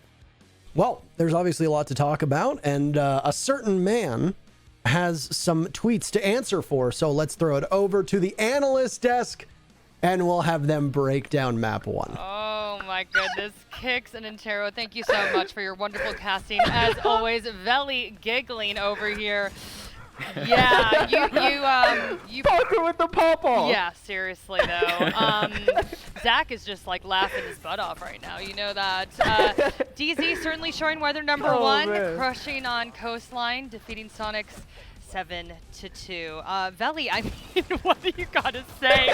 You know Zach is just like loving this right now. I know he's sitting back in his new $20 million DarkZero house, right? No. He's just like, yeah, Veli. Shut up, Veli. And I'm like, yo, this guy. Yo. Oh my goodness. Yeah, certainly. But let's They're get so good, though. I mean, I think actually, Veli, you said it. I think it was like the first round, and you're like, wow, this is scary. You know, like DarkZero just looking so impressive. Jesse, I'm gonna start with you. I mean, really slow start for Soniqs. It was kind of hard to watch at points. You wanted to point out the significant difference in intel between these two teams.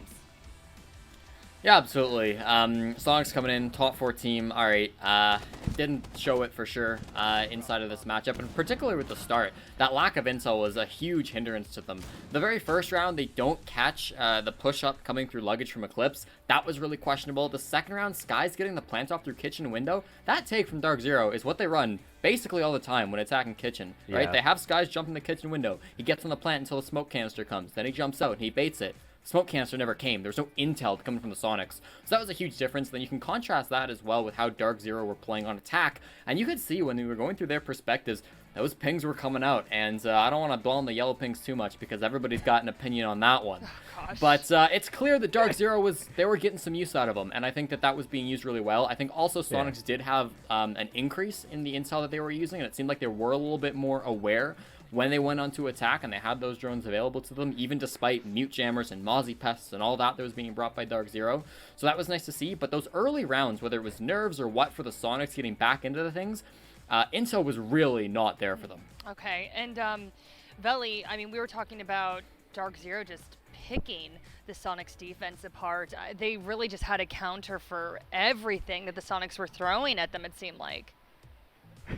I feel like every time I say something positive about them now, Zach is like putting his hands behind his head. But I can't get that image out of my head now, yo. Yeah. But no, they were picking them apart, and it's really Whenever a team loses and another team wins, you question, is it because one team did something really bad or did the other team play extremely well? I think this was a case of, honestly, DarkZero just being that much better than Soniqs because of the fact that they prepped. Like Jesse said, given the amount of time that they had to get ready for this game, they were ready. Yeah. Super sent out with his mirror and not having any type of electricity around it. And you saw the Habana pellets coming through to get rid of that.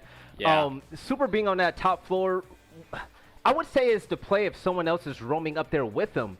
But that wasn't the case. Super had his mirror window blown out. On the retreat, Eclipse pulls out of nowhere. The man is Houdini. Gets a 2K. That's insane. There was other things such as Jesse was talking about. Where's the intel? Where's the Maestro cams? Where's something? A trap? I don't know. A wub from a Lucy. Jumping in through kitchen window shouldn't be that easy.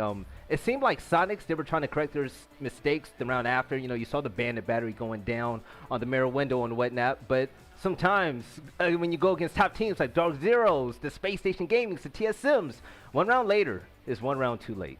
Yeah, and DarkZero absolutely brought some new stuff to this map. We saw it a couple of times. I like the Wamai getting kind of aggressive inside of the Aqua late into that matchup with that defense. Their pushes were looking, maybe some of their pushes were similar to what we've seen before, like with that, you know, jumping from the window on the kitchen attack. But particularly on defense, they showed some new stuff. Soniqs did as well. Soniqs brought new ideas to the table. They obviously brought Malusi a lot, which was, you know, not something they could previously do.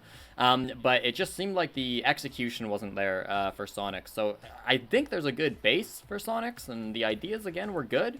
But need practice out a little bit more, need to get their heads in the game to execute them well, and need to stop letting some of those clutches go through. Okay. Yeah. So, yeah, Soniqs definitely need to step up their game.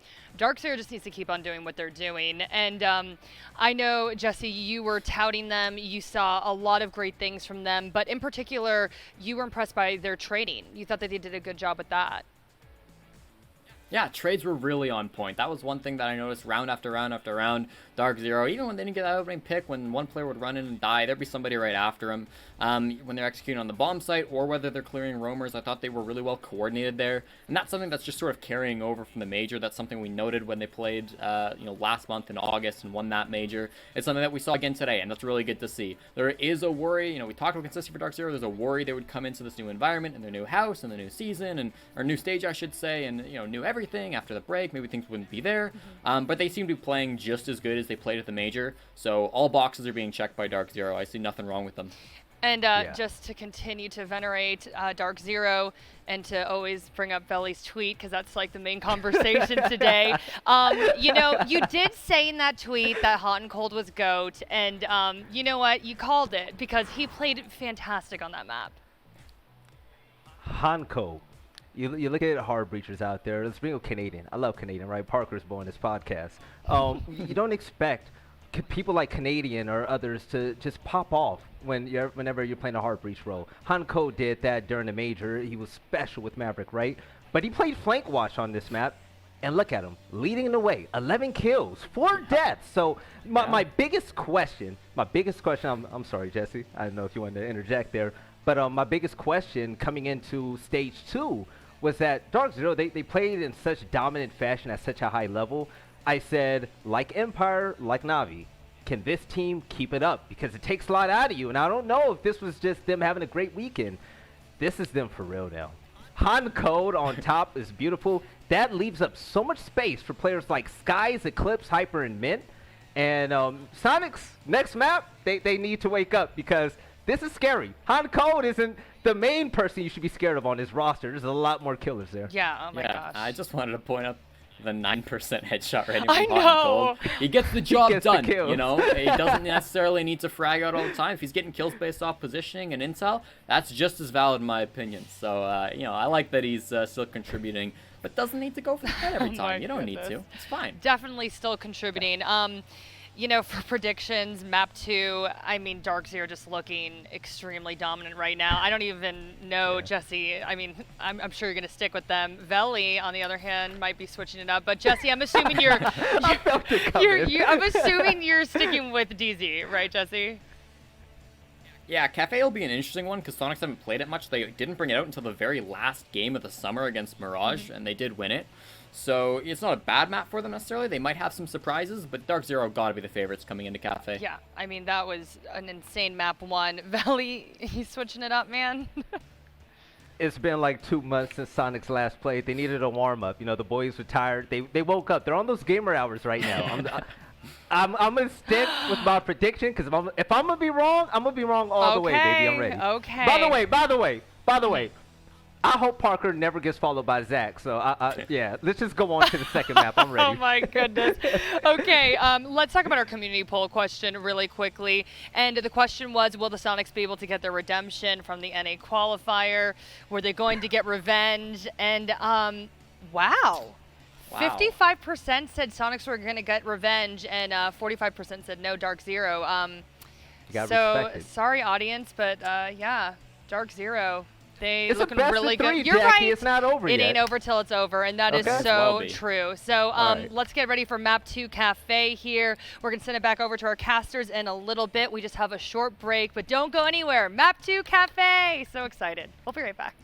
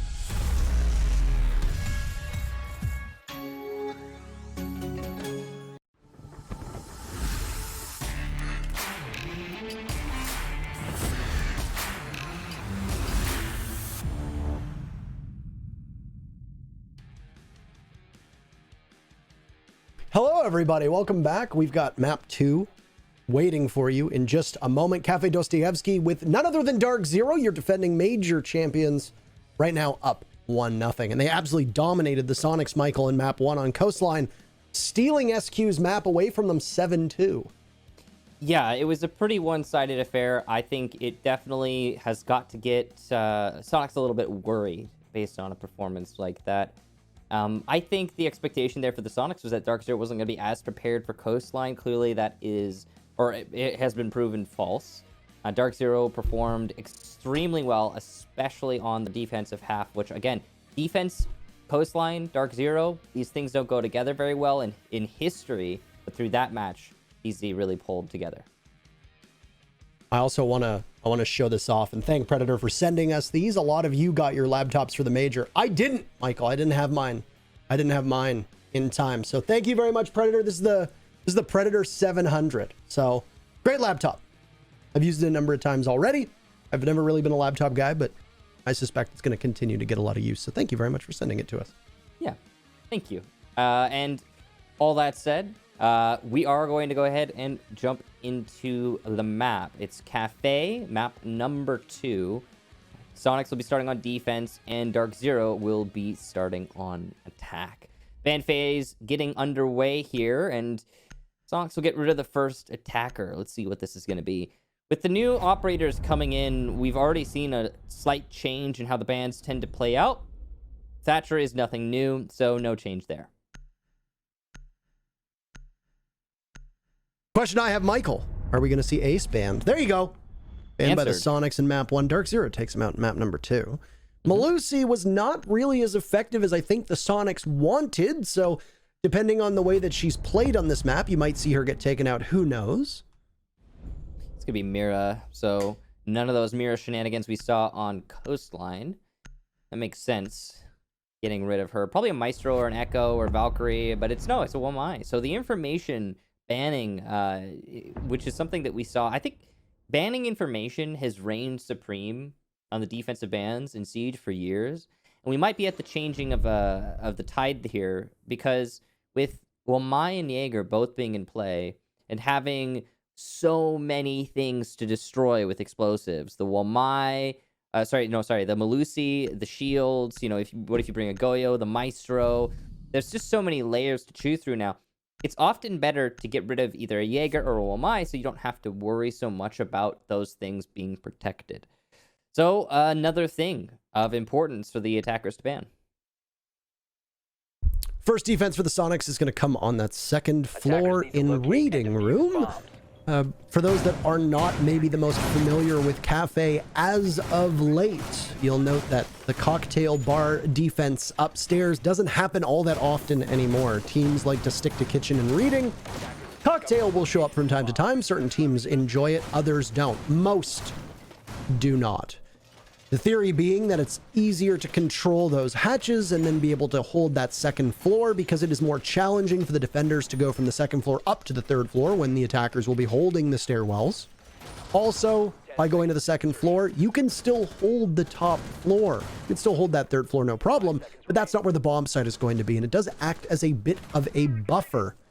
And as with every single map for those, the uninitiated, and those that are new to Rainbow Six, most teams will always clear top down. So that third floor is going to be the entry point for an awful lot of teams.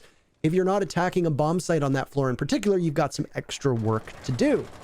So that's just part of the thinking. And reading isn't too bad. You've got a lot of walls that you cannot shoot through over on the B bomb site, which is inside of reading. And then over on the A bomb site, there's crossfire potential depending on how teams want to hold it. Attackers have located a bomb. So, setup done here for the Soniqs. They've put a lot of effort into preparing Cocktail for defense. Could be Super and Sleben on a duo roam upstairs. They're not even trying to hold on to White or Pixel or extend into Cigar. It's a very laid-back roam here. Now, if DarkZero is aware of this, if they drone it out, they'll be quite swift, taking control up in Piano, and it looks like they are, so they're going to get right to it. Hyper has also positioned himself downstairs, it seems, inside of Train already. Now, from this position, he can launch an attack into the site, but he's got to be worried about the holes that have been made in the walls to the left as he comes through that fireplace. And there's a Valkyrie cam, as you can see, right above the fireplace in A. So that's going to call out for the defenders, and just rushing into site is not an option for DarkZero right now.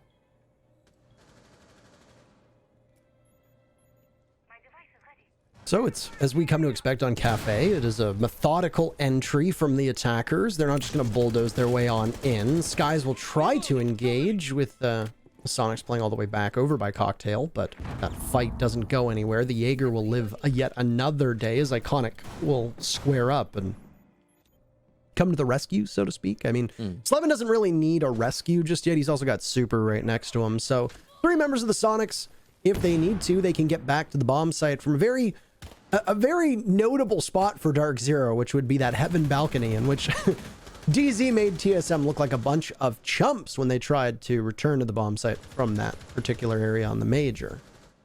Now, this is quite interesting. DZ have relocated their push. They're going for a pillar's take here. They're trying to open up the wall into reading just to make sure nobody on the defense can play inside of reading. But they now have to control above at least halfway. Nice nade there from Hot and Cold, and down goes Gomphy. The scoreboard is coming alive here for DarkZero, leaving just Super and Iconic to hold on to the site. Iconic, who was above, has relocated downstairs, but he'll only get 1 before being gunned down by Eclipse, falling from the top floor. Super now needs to find 3 and deny the plant in the last 15 seconds. But with the smoke, this is actually feasible. He'll get 1 big pick, but Eclipse is ready yet again to get the immediate refrag, and DarkZero will take round number 1. A lot of people have said about the Soniqs that they are a team that are on the verge of being top 4 in this region, and the chatter has been which team is going to be pushed out of the top 4. For a while there, I think a lot of people suspected DarkZero, and with the way that DarkZero didn't really convincingly earn their spot at the major through the qualifiers, it seemed pretty valid. Now that DZ is firing on all cylinders, I think Oxygen is probably the team that is the odd one out. The issue is with the way that the groups are going, the Soniqs are going to have to beat a top 4 team in order to get into the top 4, and, well, they haven't done it yet, and right now against DarkZero, they are struggling. There's a lot of pressure on their shoulders, and I'm sure this team understands that. We talked at the qualifiers about how, they haven't had a lot of time to actually play matches with Sleben and Gomphy on the team. You know, they started off with J9O, and they started off with Lags on the roster at the beginning, and then they got one of them back, and then finally both of them ended up coming back after visa issues were resolved. So this is the Soniqs playing at what should be their best. And today, while it's a combination of what appears to maybe be an off day, as the Soniqs could be struggling to adapt to a slightly new meta, even though the meta's not that much changed, but also just having to deal with the wrath of a DarkZero team that nobody could beat only a month ago. So for the Soniqs, it's a tough outing so far. They still have time to turn it around, but they are very quickly running out of room. 5 seconds left before insertion. Yeah, it's looking a little bit dangerous. And I know we're talking about doom and gloom for the Soniqs, and we're only one round into this map. But again, Coastline was, I think, the map that Soniqs expected to have a better performance on. Now that we're on Cafe, this is DZ's stomping ground. And I think with a Wamai ban, DZ are able to quickly and efficiently chew through all of the utility and positioning that Soniqs are putting up and adapt to the defensive strategy of the Soniqs as well. We saw that in the last round. So, I mean, if this tip-top form DarkZero continues to show up, then things are getting a little bit dicey for the Soniqs. Now, defense kitchen, you'll note that there are 4 defenders very close to the site. Well, really, all 5 of them are close to the site. Gonfi and Whiskey and Iconic by VIP. Slebin's going to extend into Kochek, and they do have a bakery hold, so they spread out somewhat to try and delay as long as possible. But because DarkZero is going for a vertical clear, this horizontal roam is not going to delay too efficiently.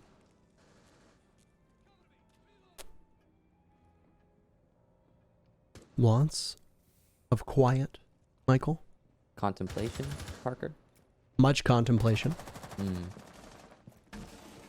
I Really think I think the Soniqs understand the main idea of what DZ is trying to accomplish over by the freezer, but the call has been made from DarkZero to abandon that, at least for now. And Hyper, who was the one that looked to spearhead it as he was right next to the Ash of Mint, has decided instead to head over towards train and mining area. So he's going to join hands with Skies and allow both of them to be this two-man wrecking crew. Obviously, a Zofia and a Sledge are pretty formidable tools when it comes to soft destruction. Hyper, on a quest to cover as much of the map as possible, is now outside of the main bakery doorway, and we can see that Super's playing behind bakery. He'll expend a Nitro Cell. It goes out and doesn't do any damage. Skies has been down, though, and Slebin likely the culprit. Super sustaining some damage inside a bakery as it's just a slugfest. Super gets very aggressive and a grenade goes in. He manages to dodge around it, but taken down by Hyper, who pushes in very quickly. 45 seconds, and the showdown for this round is only moments away. Very slow attack here from DarkZero. That's down to the clear upstairs, and you can see the HP values on most of DZ actually are quite low, so these engagements could swing the Soniqs' favor, especially as we only have 25 left. DarkZero have to make a push. They don't have a time to go for the hard destruction route. That's a big pick, though. As Skies gets Slebin, the Evil Eyes go silent. Nade for the Whiskey Bar. He can't take the direct confrontation with his low HP as he has, and he'll win it anyway. Gonfi forced to reposition. The headshot landed, and DZ's guns start coming alive. It'll be Eclipse with the last word, and DarkZero miraculously win a round they really ought not to have. And they won it pretty convincingly, Michael. At one point, it was what? It was a 2v5 and easily almost turns the tide with 2 kills, but a 1v3 ain't gonna happen. So, oh my goodness. The one thing I've noticed on Coastline, and it's kind of continuing towards Cafe here, and you made note of it on Coastline, the bunker defenses that you see out of the Soniqs. Yeah. Almost every single Coastline defense that we got to see out of the Soniqs. Mind you, there was a lot. They only won one of them. But now here on Cafe, we're seeing the same thing. And obviously, these maps are very different. On Cafe, when you're defending that bottom floor, you can very comfortably fit all 5 of the defenders within both of the kitchens, over by Whiskey Bar or over by VIP, one over by Kochek or one in the front of Bakery. Technically, you will have roamers. 3 of those operators will be roaming. Air quotes roamers. Roamers, but not the usual disconnected style of roam that you think, because you are still usually within striking distance of the bomb site, so that if you need to, you can very easily get recalled to help the anchors. The Soniqs are giving so much space to DarkZero. They did it on Coastline, an aggressive freak show of a map, as people like to refer to it as. It's a very frag-heavy map. The Soniqs were extremely limited in that regard. They didn't hold map control all that well, and they weren't very aggressive. Now we are seeing on Cafe through 2 rounds, yeah, they roamed quite well on that 3rd floor in round number 1, but it didn't have any teeth. They are unable, for whatever reason, they are unable to counterpunch when DarkZero enters. And with mutes on the board, and generally the way that SQ is playing, they shouldn't be allowing DarkZero to have this level of confidence and this much information when they're entering. So, like I said, maybe it's just a bad day for the Soniqs, and it's going to go from bad to worse right off the hop in round number 3. Is Gomfi, I think, he was trying to spawn peek, and he loses 50 HP as the Echo playing in that spot that you referred to as Whiskey, which, by the way, I love that call out. Yeah. Heard that one in NA 10-mans, or Pro NA 10-mans. I didn't know it before then either. So I guess it's just one of those ones that the pros use. Have you, Michael, to avoid this confusion, have you ever thought of maybe putting together like a program where it's like call-outs are like standardized or something, like a common... Work in progress. Have you ever thought about doing that? Work in progress, yes. Oh. Yeah. I hope, fingers crossed before the next invitation. C4 will land this time. Super gets hyper. That's big, as he's been forced to be reckoned with as he goes on the entry. Mint was going to take control of Bakery as Skies gets the entry kill, though, onto Super. So, job done for DZ. And this is not a roam clear from top down this time. DZ recognized how much time that took them. And look at this. Half the round to go. 90 seconds left. And they have control of Bakery and are able to start their attack onto the bomb site. DZ have chosen a different path, and it seems to be working. If you look at the lineup from the Soniqs, there's no Wamai on the board. Obviously, he's banned, so they're going to rely an awful lot on Jaeger to catch these projectiles, and they are lined up with a set of frag grenades right at that bakery wall that has now been opened up. Mint had expended one smoke earlier, looking for a second to go off at some point. Hot and Cold has used his frag, Skies with one remaining, so that explosive ordnance that will be delivered to the Soniqs might end up getting caught by those ADSs. All the while, we ride on board with Easily playing over by the back of Kitchen, waiting to see if somebody's going to come through Small Bakery.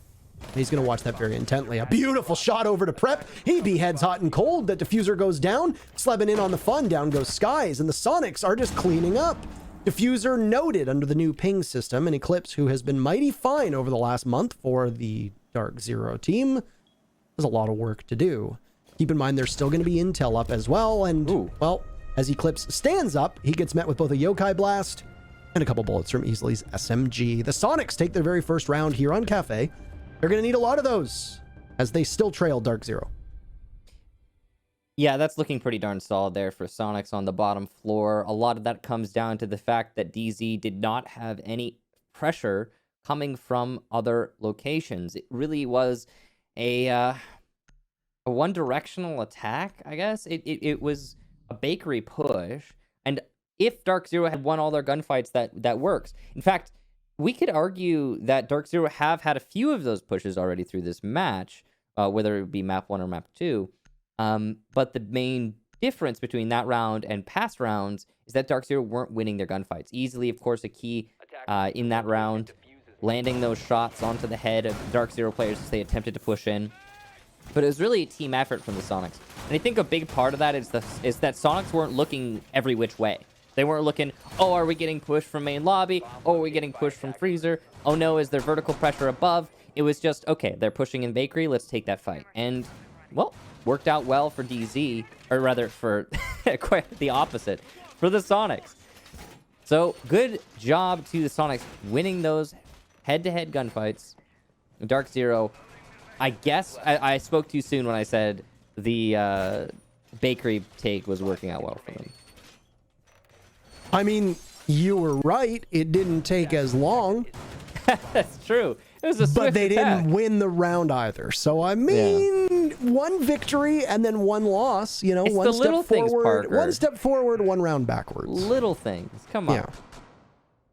I mean, you know, your point was correct, and I think that needs to be noted. People need to be aware that you were right. It didn't take quite as long. So, congratulations, DarkZero. True. Obviously, not great because they still lost the round. Mint has traded out the Blitz, by the way, and is going to run with the Montaigne. And I believe, Michael, we are going to see the Hard Breach secondary device for the first time. Oh, look at that. Ever. So you can see it in Mint's panel right there. It's the little square with the 1 next to it. It's a secondary gadget for those that haven't followed the new content that released with Operation Shadow Legacy on Thursday. It was on the TTS for a number of weeks prior to that. It's a new secondary gadget that's almost like a mini thermite charge. After about 5, 6 seconds or so, it opens up a small window that I believe you can also crouch through. Yeah. So it's not as big as a thermite charge. It's like a mini thermite charge, and it's your secondary gadget. And maybe if you don't have a hard breacher, that'll do in a pinch. It's like just about as small as you could possibly traverse through crouch. About as small as King George. Oh. He's not. Wow. He's not that small. Super. First kill of the round is going to go to Super, by the way. He takes out Skies. Buck is removed from action. Vigil had taken some damage earlier on from a frag grenade that was tossed on out, and Iconic has not been shaken off of White Stairs. He knows that there's the Montaigne ahead of him. He calls up the smoke, and a toxic canister gets tossed out from the hands of Easily, because they're just trying to waste as much time as possible. Super patrolling this spot in Cocktail. He'll have to deal with the shield operators. Iconic gets taken down, and now it's a double team on to Super, but Easily tries to come to the rescue.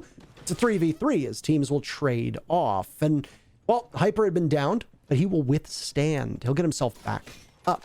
There's still a member of Soniqs playing over by Cocktail, and I don't know if they're aware of his spot.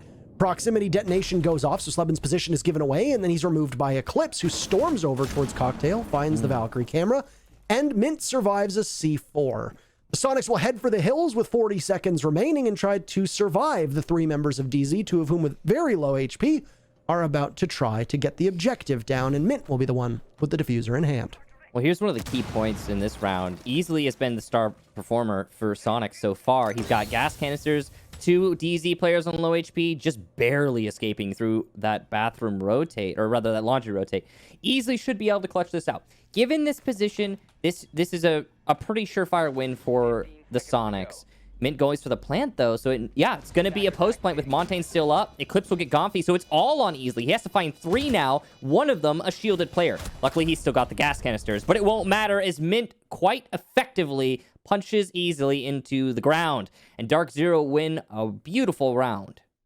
Falcon Punch! There it is. I'm really surprised that DarkZero took that one, to be honest. It certainly didn't seem like it right at the onset. The hold that Iconic had on White Stairs, by the way, I thought was quite good. And the Montaigne marched past. They called Easily up to try to slow him down. I believe the toxic canister missed entirely. So that allowed Mint to take up space and just put constant pressure on the 2 players from SQ who were inside of Cocktail.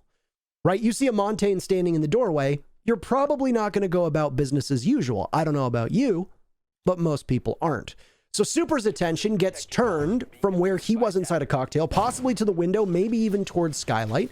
He gets turned to try to tussle with the Montaigne. And there's backup behind the Montaigne as well. Iconic gets finished off, down goes Super as well. And you refrag in large part because of Easily trying to advance up White Stairs. You're back to a 3v3, but you've given up so much control.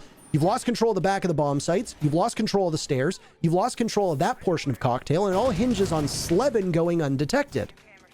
But then one of those proximity detector concussion blasts from Zofia, well, you hate to see it. It gives you away. And then Slebin tries to get out of there as best as he can. He gets punished for it. At that point, with a Montaigne up and because Zofia can withstand herself, DarkZero have now managed to swing the round very heavily in their favor. And at that point, there was still enough time on the clock for them to be able to pull off and execute if they really wanted to, or just simply go for frags. And the execute worked out, which is the decision that they made. I think that in the end there, obviously we didn't see where Easily's teammate died. I think it was Gomfy, but that was a big factor. The fact that the Soniqs decided to split up, that was a big one as well. I think that the information for the Soniqs has been pretty good, actually. We've seen a lot of well-placed cams. We've seen a lot of clearly communicated lines. And then we're also seeing that information actually not be utilized properly. I think that's it's a little bit devastating for the Soniqs.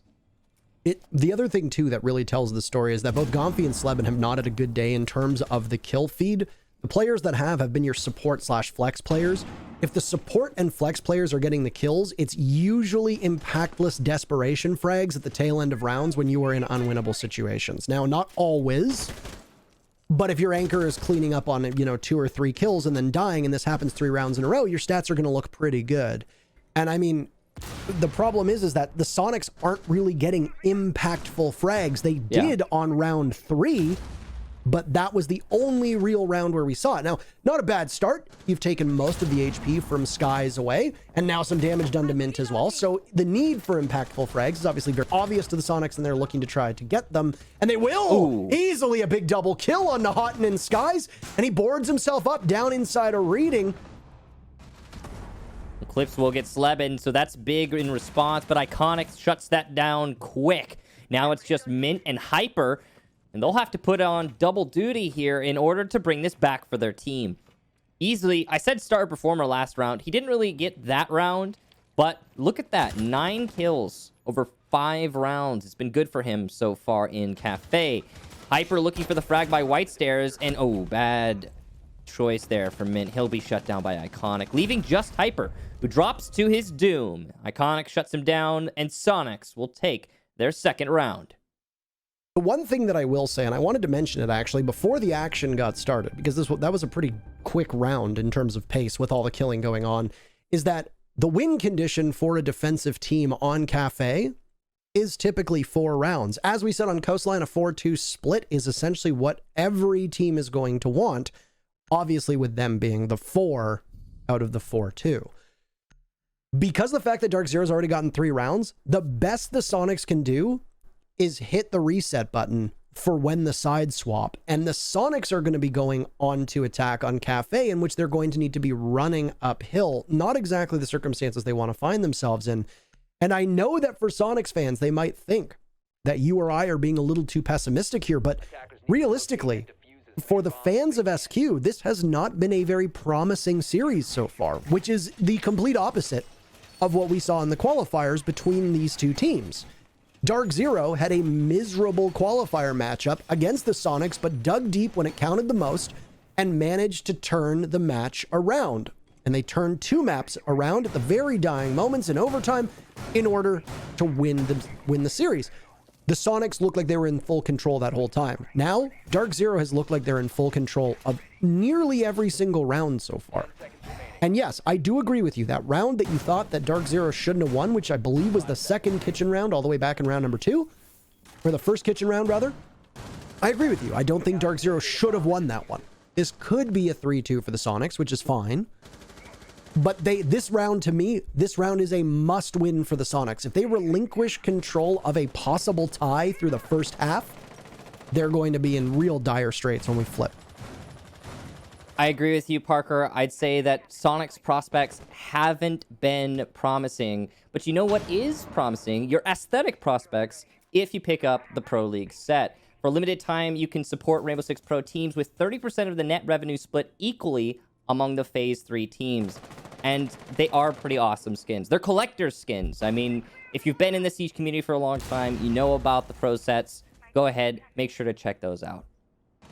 Now, in this round, DZ going for a little bit of a more unconventional attack. They're going to be coming from the main lobby almost exclusively. It's working so far as Sleben gets shut down. The stuns from Mint working out well. Super will get Eclipse elsewhere, though, so Soniqs not letting it slip and biting back in the right moments. A little bit of poorly timed grenade tossed out onto the feet of Super and could have very easily claimed a second kill for DarkZero, as the Malusi is going to be able to play very safely behind Bakery. Still has a Nitro Cell as well. Super's intended target every single time he's used it, that we've seen at least, has been on the main doorway of Bakery, and I think that he expects somebody to push from that area. He's instead going to use it over by Small Bakery, and, well, he's got 2 different members of DarkZero looking to pinch him. Super looks to the right, Hyper kills him from the left. We call that a Kansas City shuffle, and down he goes. Front of Bakery now in control of DarkZero should they want it. 4v3 for DZ with just under half of the round to play and easily lower on HP than anybody else in the lobby. That does not bode well. But the one thing that the Soniqs will have working for them is, number 1, intel. You can see the pings going off, so Easily is at least aware if somebody chooses to push through prep. But also, because of the angles that he's going to be playing, if he holds prep aggressively, that shotgun is going to put in good work, and double-digit kills for Easily is very possible. He has done excellent from this spot before watching that prep wall. He's going to need just as good of a performance this time if they want to ice DarkZero's chances. It's going to be a Maverick trick on the main Bakery wall. Hyper, after picking off Easily, just as you were talking about him, is going to open up the wall now that it's soft. DarkZero, with that pick and the wall open, have everything they need to get a successful execution here. Problematically, though, Iconic will pick off Hot and Cold as he attempts to push in and go for a plant. Also, there might be yokais in play here, and Echo is still alive. So there is a string of hope, but it might have just been snuffed as Mint picks off one, and Hyper, indeed, the final kill. DarkZero will take round number 6, and they are looking quite fierce here on Cafe. That was a pretty convincing round win as well. Super obviously was the big focal point for DarkZero. He was the prize, he was the crown jewel, whatever you want to call it, of that frontline defense towards Bakery. The moment that Super was removed, the entire front of Bakery was DarkZero's for the taking. They had coverage on small Bakery, they had coverage on the main Bakery walls, they could begin to pressure inside of Prep if they wanted to, and then it was what I imagine must have been a great shot onto Easily as well from Hyper. And then you have even more control. And at this point, Kitchen begins to feel very tough to hold because you've lost the front of Kitchen. You can't really make it out of the second part of Kitchen. You can't really make it out of Freezer if teams have shot it up and not allowed for a rotate to happen. You get forced back as a defender at that point, and you are just playing too far back to contend with the attackers who are still going to have some utility as DarkZero did. So DarkZero went for that straight push like you talked about in round number 3. You said, well, DarkZero didn't like the clear above, so they're just going to go right for it.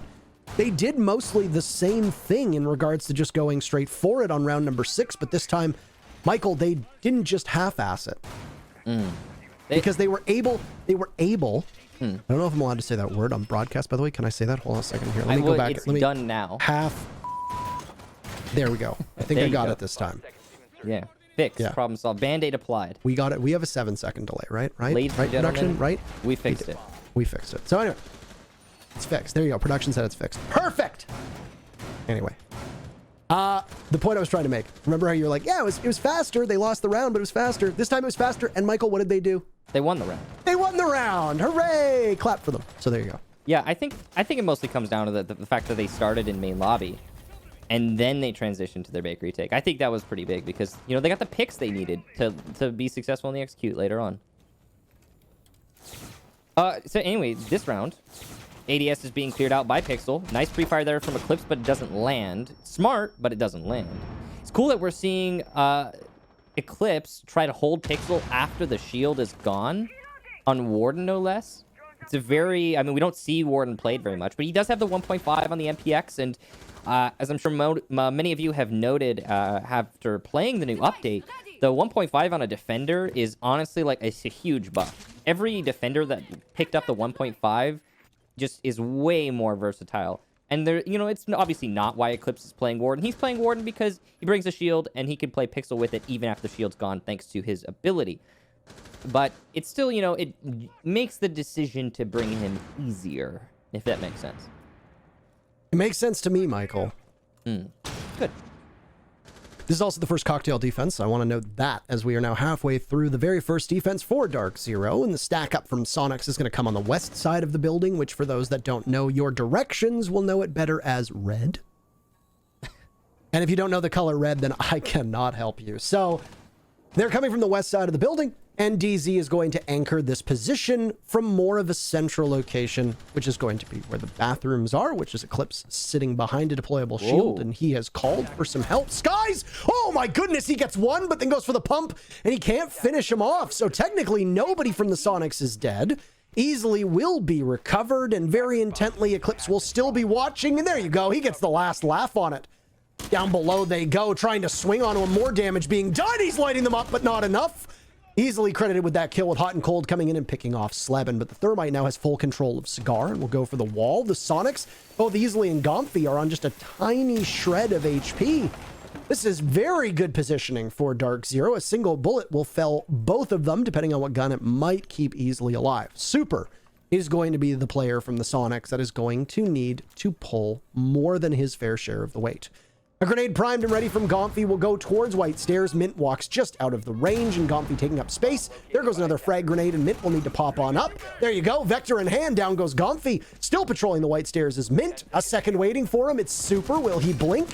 No. Easily takes out Hot and Cold, so a 2v2. Hyper guns down Easily, and Super will fall to Hyper as the Maestro just continues to conduct a symphony right by the bomb chassis. DarkZero's 5th round Beautifully played by Hyper. They're only 2 away from putting this series in the books. This is looking pretty done already. The confident plays from DZ really rattling Soniqs. You saw the push there from Skies. It didn't get a kill, just a down. But the damage is done at that point. And even though the Soniqs managed to keep that man count nice and even, despite the aggression from DZ, and just even due to the Soniqs being able to get control of Pixel, and all the other things that kind of went the Soniqs' way, the damage was effectively done, and I mean that quite literally. The low HP on those Soniqs players really hurt their chances, and despite even that, honestly, the play that we saw from the Soniqs, I think, was the real problem in that round. They, had low HP, but the way that the Soniqs attempted to take that round was not very well coordinated, to be blunt. Their push coming from Piano, I think, could have been a little bit more together, played a little bit more as a unit.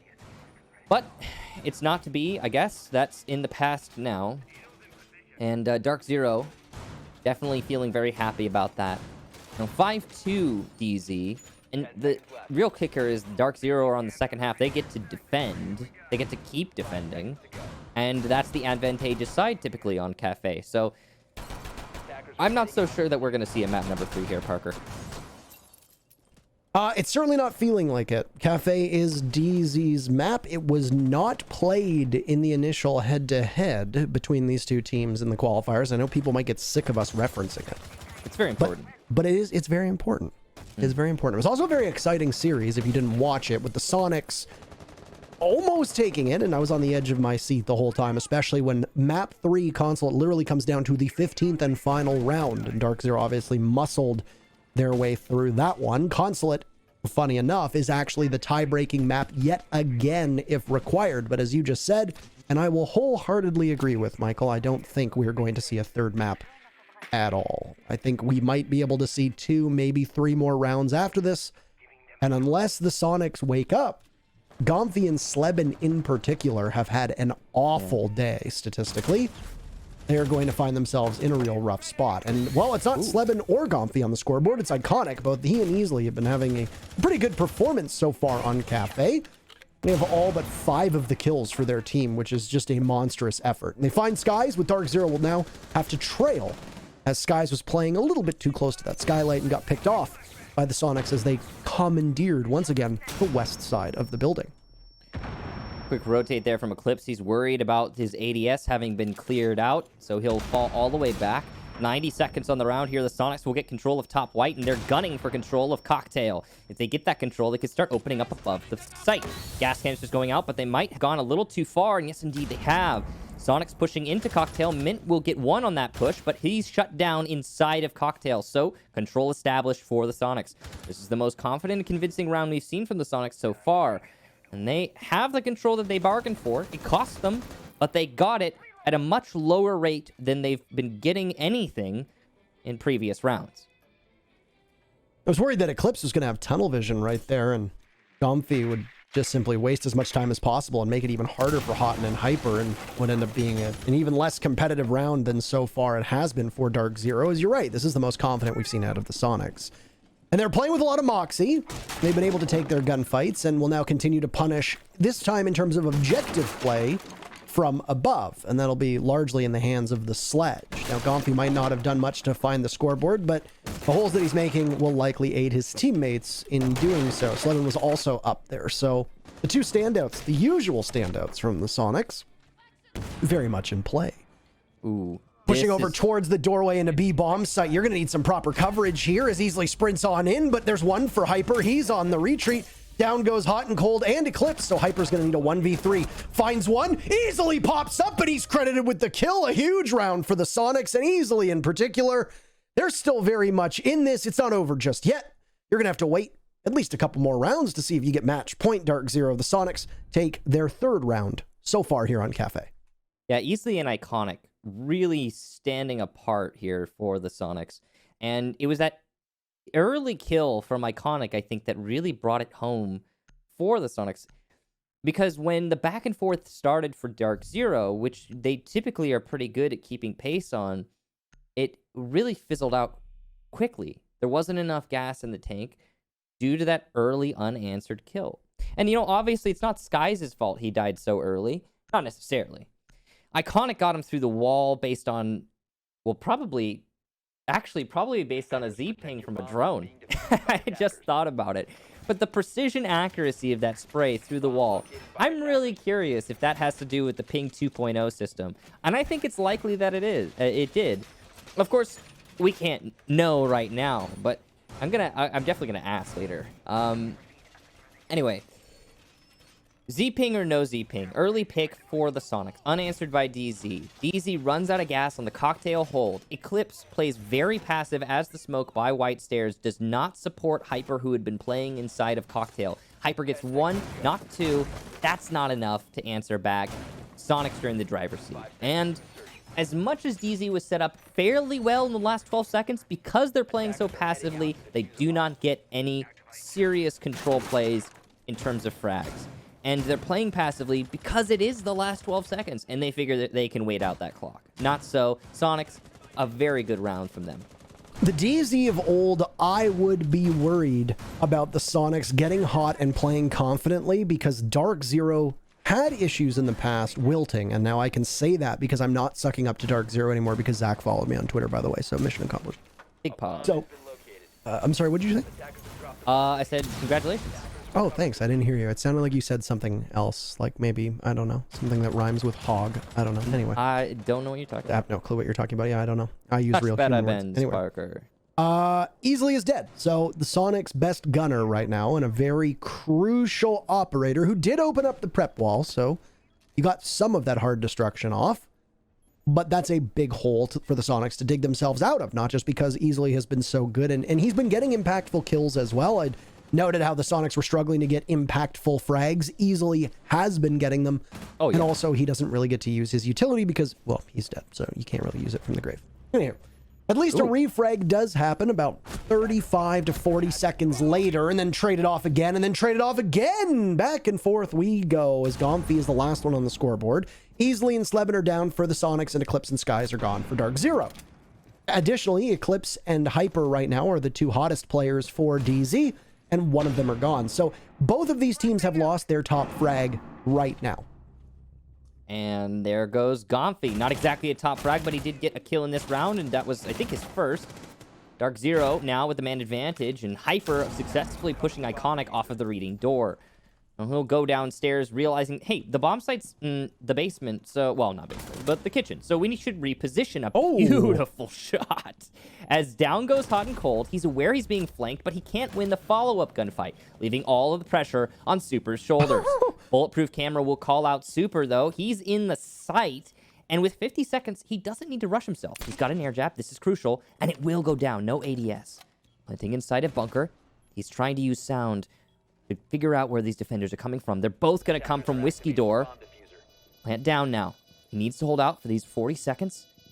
The air jab might be the difference maker here, as they're both of the defenders trying to jump up on the same door. Big kill there from Super. Swings, and he gets it! A huge clutch for Super, aware of both of his enemies, and the shots were landing. Super has taken an awful lot of heat for his stats in the very first stage of the US division, but make no mistake about it, the man still has plenty in the tank, and it was a team effort, to be honest. That could have very easily gone in favor of DarkZero. They get Easily right off the hop.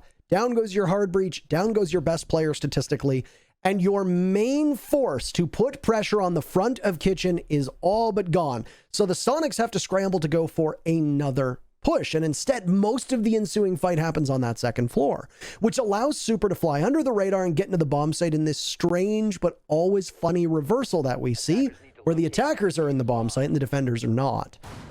DarkZero were in command of that round until the final 3 seconds when Super punished them, and he did his best mint impression from what we saw on Coastline, and it happened, funny enough, to Super on Coastline, and now it's Super turning around and repaying the favor to DarkZero this time. Ultimately, the Soniqs very easily could have blown that round, and in fact, I would have put a lot of money on the fact that they would have. They proved me wrong, and they prove a lot of other people wrong, and it's great play and a great read from Super, and they take the round, and this match now is a lot closer than it was just 3 minutes ago. 5 seconds left before insertion. Certainly much closer. You know, I guess maybe we spoke too soon, Parker. And that's, you know, I'm all more than happy to admit that, and very happy that it's happening, actually, because I want that competition that we saw in the qualifier. I want that, you know, straight up head to head. And actually, in the last round, in the early stages of the last round, that's exactly what I was thinking. I was thinking this is the type of exciting gameplay that we saw last time these teams clashed. And, well, it's nice to have it once more. Now, DarkZero defending the top floor. This has been a pretty solid bomb site for them so far. The aggression that they had last time they defended here was massive. They just were unrelenting. The peek here from Eclipse is a good example of that. Now, he doesn't land the shot, but still, it's something to keep the enemy thinking. His ADSs have been cleared out. He's being droned out. But they know he's sticking to the shield, regardless of the ADS burn. It's on probably the Zofia or the Sledge to get rid of the shield. It's actually going to be the Ash to do it, though. And he'll reposition to his other shield in the bathroom. So basically the same thing we saw out of Eclipse last time, but he'd called the shotgun, the SAS shotgun, through the back bar. This time, though, it's going to be Hot and Cold, who punishes Slebin over by Cigar, and he's going to get away and just evade anybody playing up on Skylight. He sees there's a drone there, and that's some intel gone. Nobody can follow up. So Hot and Cold is playing for the long game now with half of the round down. Eclipse getting pressured over by Bathroom. He decided to peek through the doorway by what is referred to as Pixel over by the bench, and he loses 75 HP. That MPX, unless it hits on the head, is going to be a pea shooter, and both Easily and Gomphy sustain quite a bit of damage, easily losing almost all of it now.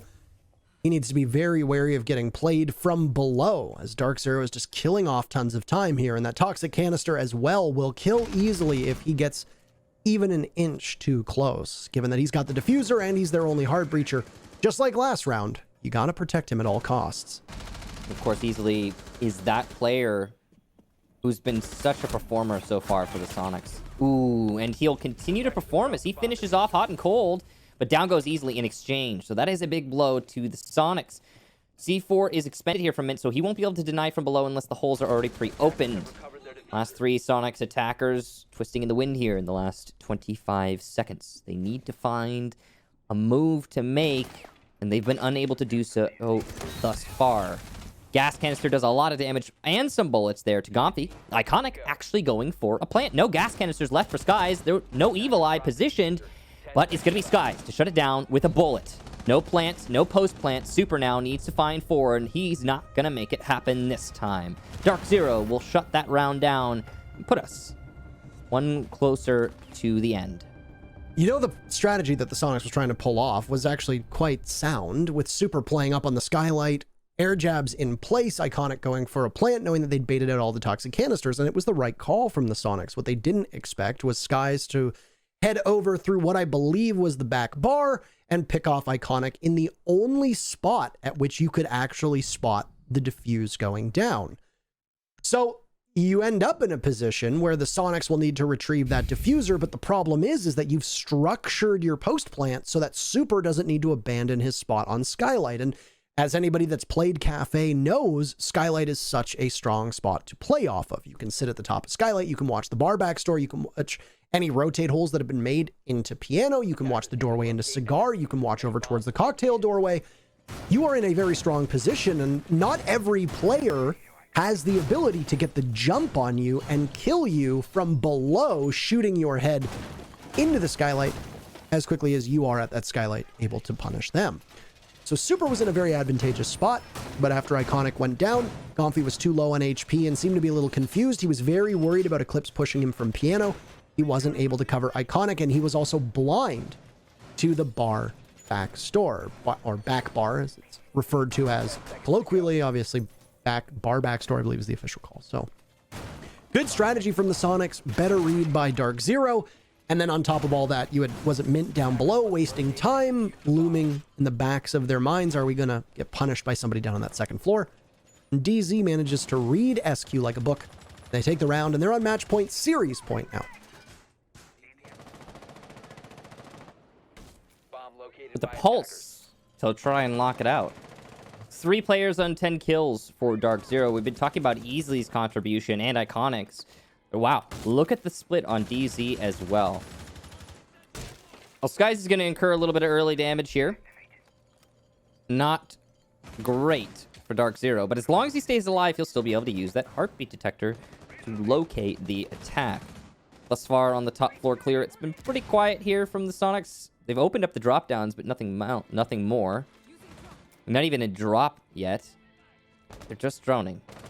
I don't know if DarkZero is roaming upstairs, as we can't see it. It looks like they are. Eclipse and Mint duo roam. Mint by Cocktail, Eclipse in the hallway. That's a much more aggressive Eclipse than the last time the defense was roaming upstairs. Remember, Eclipse was playing on the white stairs, and he didn't really do much there. So this time he's committed a little bit more to his role as assistance for Mint. You know, I do remember that, Michael. Do you remember that? That's good. Yeah, you said, do you remember it? And I do. Good. I also remembered when Hot and Cold was alive. It was roughly 2 seconds ago. And, well, would you look at that? Almost inside of the bomb site is Iconic, as he's now going to break double digits for his team joining easily. SQ takes the opening pick. Masking this scoreline is the fact that the Soniqs have actually been pretty damn good when it comes to entry. Right now, their entry stats through both maps are as the same as DZ, or actually better than DarkZero. So this scoreline, while being DarkZero's favor, the opening picks have not been there. So the Soniqs have made a good first move, but haven't been able to follow up. They lose the series if that happens again. And there goes the wall just behind Hyper, who's going to get flushed out by a grenade as well. The exothermic charge goes off, and Slevin is going to be watching to see if Hyper emerges from reading room. The Sledge has his back turned to him, and it's prime fodder. 40 seconds remaining, DarkZero with the match on the line. It's looking pretty solid here for the Soniqs, to be honest. If Hyper goes aggressive, that could be problematic. Easily going for the plant. It's inside of dining. This whole reading attack has been a distraction, and in a post-plant, 5 versus 2 now as Soniqs start shutting down DZ. A flawless round, and oh boy, that's the best round we've seen from the Soniqs so far. They seem to age better, and they might actually get us to that map 3 at this rate. So the final round of regulation, if overtime is required, DarkZero will be on defense, so they will stay the same for a 7th round. That's also the first defense that DarkZero has pulled out on reading, which means that every single bomb site was played by DZ so far. They started off on Cocktail, went to Mining, down to Kitchen, back up to Cocktail, which they won both times. They lost Mining and Kitchen. So where are they going to go this time? Downstairs to Kitchen. They can't go back to the only bomb site they've won, which is that 3rd floor. Now, they will be able to if overtime is required. Round 13, the very first round of overtime, every single bomb site reopens. So it wouldn't surprise me if DZ went upstairs to Cocktail.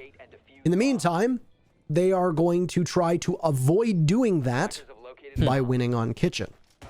And that was a loss back in round number 9. And if you remember, that was when things got reversed and Super was in the middle of the bomb site and he played it perfectly.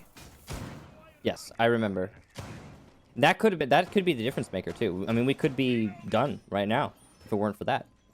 I don't know about that, because there was that one round as well, round number 3, or round number 4 rather, or was it round number 2? I can't remember. Was it either round 2, 3, or 4 where DZ won and they shouldn't have? So sure, I mean, well, if we're saying won but shouldn't have, then yeah, okay, we'd probably be about where we are right now. But I mean, like, just that one round difference, we would be done right now. Attackers are moving to defuse So bomb. big ups to Super.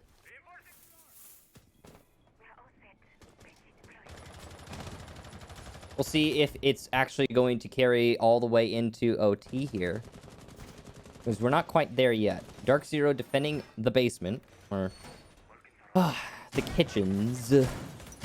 you've been in Europe too much. You're calling it the basement. That's not what it is. No, it's just I typically say top, middle, bottom, because everybody gets confused with all the other other calls that you can give to these floors. But it's just not clicking with bottom today for some reason. Anyway, lots of Main utility. floor, Michael. Yeah, bottom floor. Main floor. Bottom floor. Main floor. It's bottom floor. Main floor. Okay. First floor. Well, now see, that's where it gets confusing, because some people would say floor 0. Slevin will get Eclipse. Was he trying? He was trying to spawn peek from PN. No, he got killed in prep. Okay. Yeah. All right. I was like, no way he's playing Goyo and he's spawn peek. But Min takes the position though, and he'll get 2 big kills. Wow. He might have even gotten a 3rd had he landed those second shots. Shotgun comes out, but he's not looking the right way. It's just Slevin, and there you go. Explosively, DarkZero will take map number 2 and the series.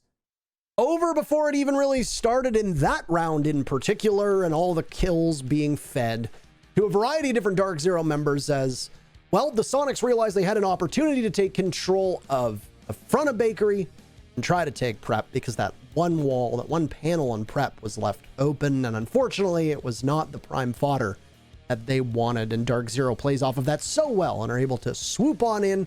And Skies in particular picks up 2 very important kills, but Mint, what a performance from him on that final round. It's a tough loss for the Soniqs, if I'm being honest. And I mean, there's no shame in losing to this DarkZero team right now, Michael. None. They look to be the best team in North America at the moment. Yeah, absolutely.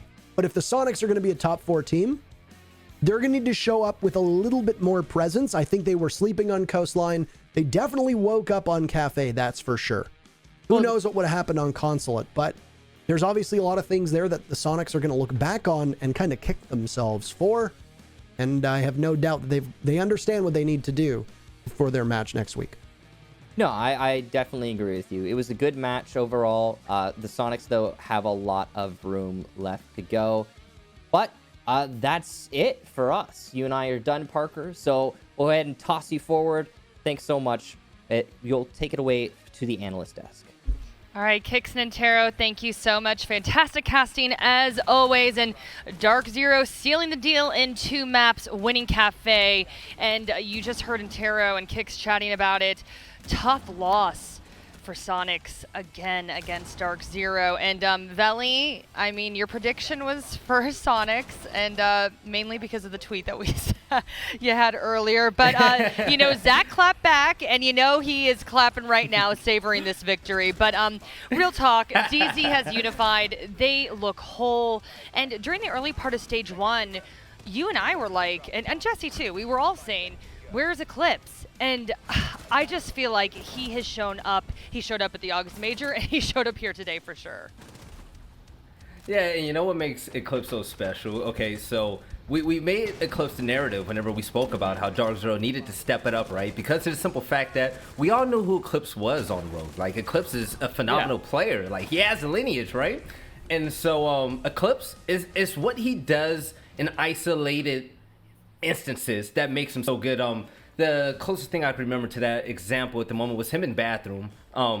Yeah, him in bathroom upstairs, and there was 3 people in front of him. And just the fact that literally just the wall destruction in the doorway, him just peeking behind both. He was able to kill one player, took off a lot of damage from another before he went out. But it's just the productivity that he gets in all of his positionings. He's not going to roam around the map like Iconic. That's not his play style. But whenever he finds you in his line of sight, now, compared to at the beginning of the season, Eclipse is going to win that 1v1. The 50-50 isn't a 50-50 in his eyes.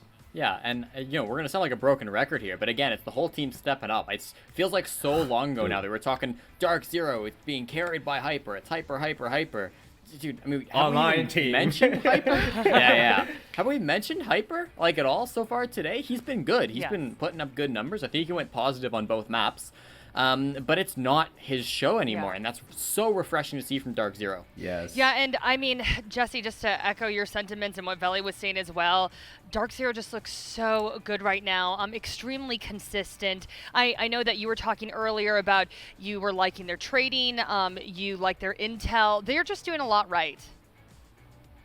Yeah, again, I mean, we're just seeing this carry over from the major. Again, the trades were really strong, particularly in the first half when they're doing a lot of these attacking rounds. They seemed like they really always had each other's backs. The timing was really good. I mean, the casters talked about how it was a little bit slow when they went for that initial kitchen take. But, I mean, it all worked out. They had that clock in their head, and it seemed like DarkZero were always sort of aware of where that clock was at, and they knew where they needed to be at what points of the rounds. So I thought that was really strong. Just the overall coordination, watching each other's backs. Even if a Soniqs player snuck up on DarkZero and, like, they had no idea, they weren't prepared for it, Soniqs player would get the kill, but there would always be that refrag. Immediately it gets called out, and somebody reacts to it. That's just something you don't see from lower level teams. And one thing I also want to point out, Jackie, like if you look at weaknesses from both of these teams, most specifically DarkZero, we always said like there was a moment against TSM last season, stage 1, excuse me, where it was Merc that ran in, it was unorthodox, and he racked up a lot of kills. Nowadays, that doesn't happen. You saw it in that kitchen push by Soniqs. All you saw was Maestro and Aaron Bakery trying to hold it down. They disregarded him, tried to run in and bully him out the way, but then in came Castle and cleaned up so many kills. DarkZero is ready now. Yeah. They're ready to just dominate everybody. And I feel bad for Soniqs for the simple fact that the last time we saw these two teams face off, it was close. Like Jesse said earlier, Soniqs could have walked away with that, probably should have most of the time. This didn't look that close at all compared to last time we played. And maybe that's due to DarkZero just going up. DarkZero being extremely dominant, like you were saying. I do want to talk about the Soniqs a little bit here. And, you know, Veli, we heard Intero repeatedly saying impactful frags and talking about how important that is to a team. And it did seem like Sonic was struggling with that at points, with exception to round 9 where we saw Super pop off. I know you were on mute, Veli, and I was screaming. And I'm like, how is Veli? I was screaming like, too. how is Veli not saying anything right now? And then you're like, I'm sorry, I was muted, but I was going nuts. But I mean, I was just absolutely in shock by that play. But that was one of the better plays for them. On a whole, though, we weren't seeing as many impactful frags. Yeah.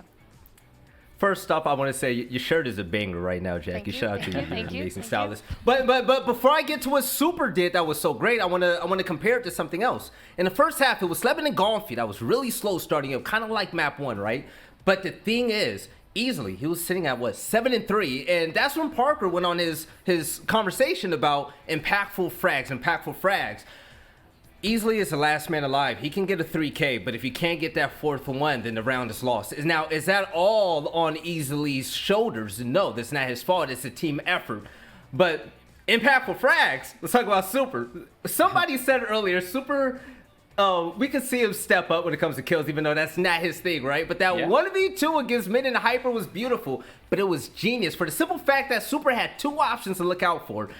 Either they were going to bait and switch the air jab as they ran in and try to get the kill, or they were going to split and come behind. They weren't going to come through kitchen because that just wasn't the smartest play. So the moment the air jab went off, Super ran over there immediately and got the kill, turned around, pre-fired, and got the second kill. To think on your feet that fast in such a high setting competitive play, you got to tip your hat off to Super for that amazing play. But yeah, they definitely need to step it up earlier. Go ahead. Sorry. No, 100%. I agree with what you were saying, and I think we talked about Super not stepping up so much in frag, and that sort of comes from in the regular stage of Stage 1 in the US Division. Super, out of the players that carried on in Stage 2, hit the lowest KPR of any other player, 0.45, which is sort of where I was saying, well, Super picking up some frags might help out Soniqs a little bit. But I also, keyed in that he didn't need to because of his role on the team. And he's getting those impactful frags like you're going on about, Veli, and so I think it helps. Exactly, and that's a perfect example of, again, the whole map, he wasn't really fragging out, but he had those moments, and he's contributing to his team in other ways as well in terms of calling and making those strats and, everything he does behind the scenes too. So that was a big moment from Super. Obviously, that wasn't enough to win them the whole map, but it's still good to see from him, and I'm not going to stand up here and try to, campaign that Super should be cut or anything like that. No. No, I mean, round 9, you're like, okay, Super, you still got it. Even though. Yeah, absolutely. I hate it's just that when we see someone going crazy for highlight plays on this team, we don't expect it to be Super, right? You have a team full of individual, great players walking highlight reels. So when Super does it, it's funny and cool because, you can imagine him popping off at the end of the play too, so it's real funny to watch. You know what, Veli, you're right. As soon as it's just something with Super, you get so locked in. You're like, is he gonna mess it up or is it gonna be amazing? But anyway, we do have Mint on deck here, so definitely want to get that interview underway. How are you feeling, Mint? Great victory for y'all. Appreciate it, Jackie. Feeling pretty good. Hey. Yeah, just another win under our belt, so feel good. Yes, that's fantastic. DarkZero staying on top here. Y'all are looking in fine form. I want to talk to y'all about how you prepped for this matchup and what you really focused on during this break, because we had a few weeks there. So. Yeah, definitely a long break. It was it was great after the major having that break, especially after us winning it. And then, I mean, just for the Soniqs, I think it's been a long time. I think it's like 6 weeks or so since the last time they played. So it's actually pretty hard to like kind of prep and see what they're going to do, especially on our map pick Cafe. I think they only played it once last season versus Mirage. So we weren't 100% sure what they were going to do, but they did most of the same things since they were doing 6 weeks ago, and kind of let us counter a little bit of what they were going to do and kind of dictate some of that pace for the maps. And I think that's what gave us the edge. I mean, you all looked incredibly in control and dominant. Was there something that y'all said to each other before, or do you just feel like maybe you have this confidence now and we're seeing it transfer to these matches? I think you said it best right there. I think we just have a confidence about us now. We're finally playing the Siege that we know we could since we formed the roster. So yeah, just a huge confidence thing. And then, versus Soniqs, we always play pretty well, so.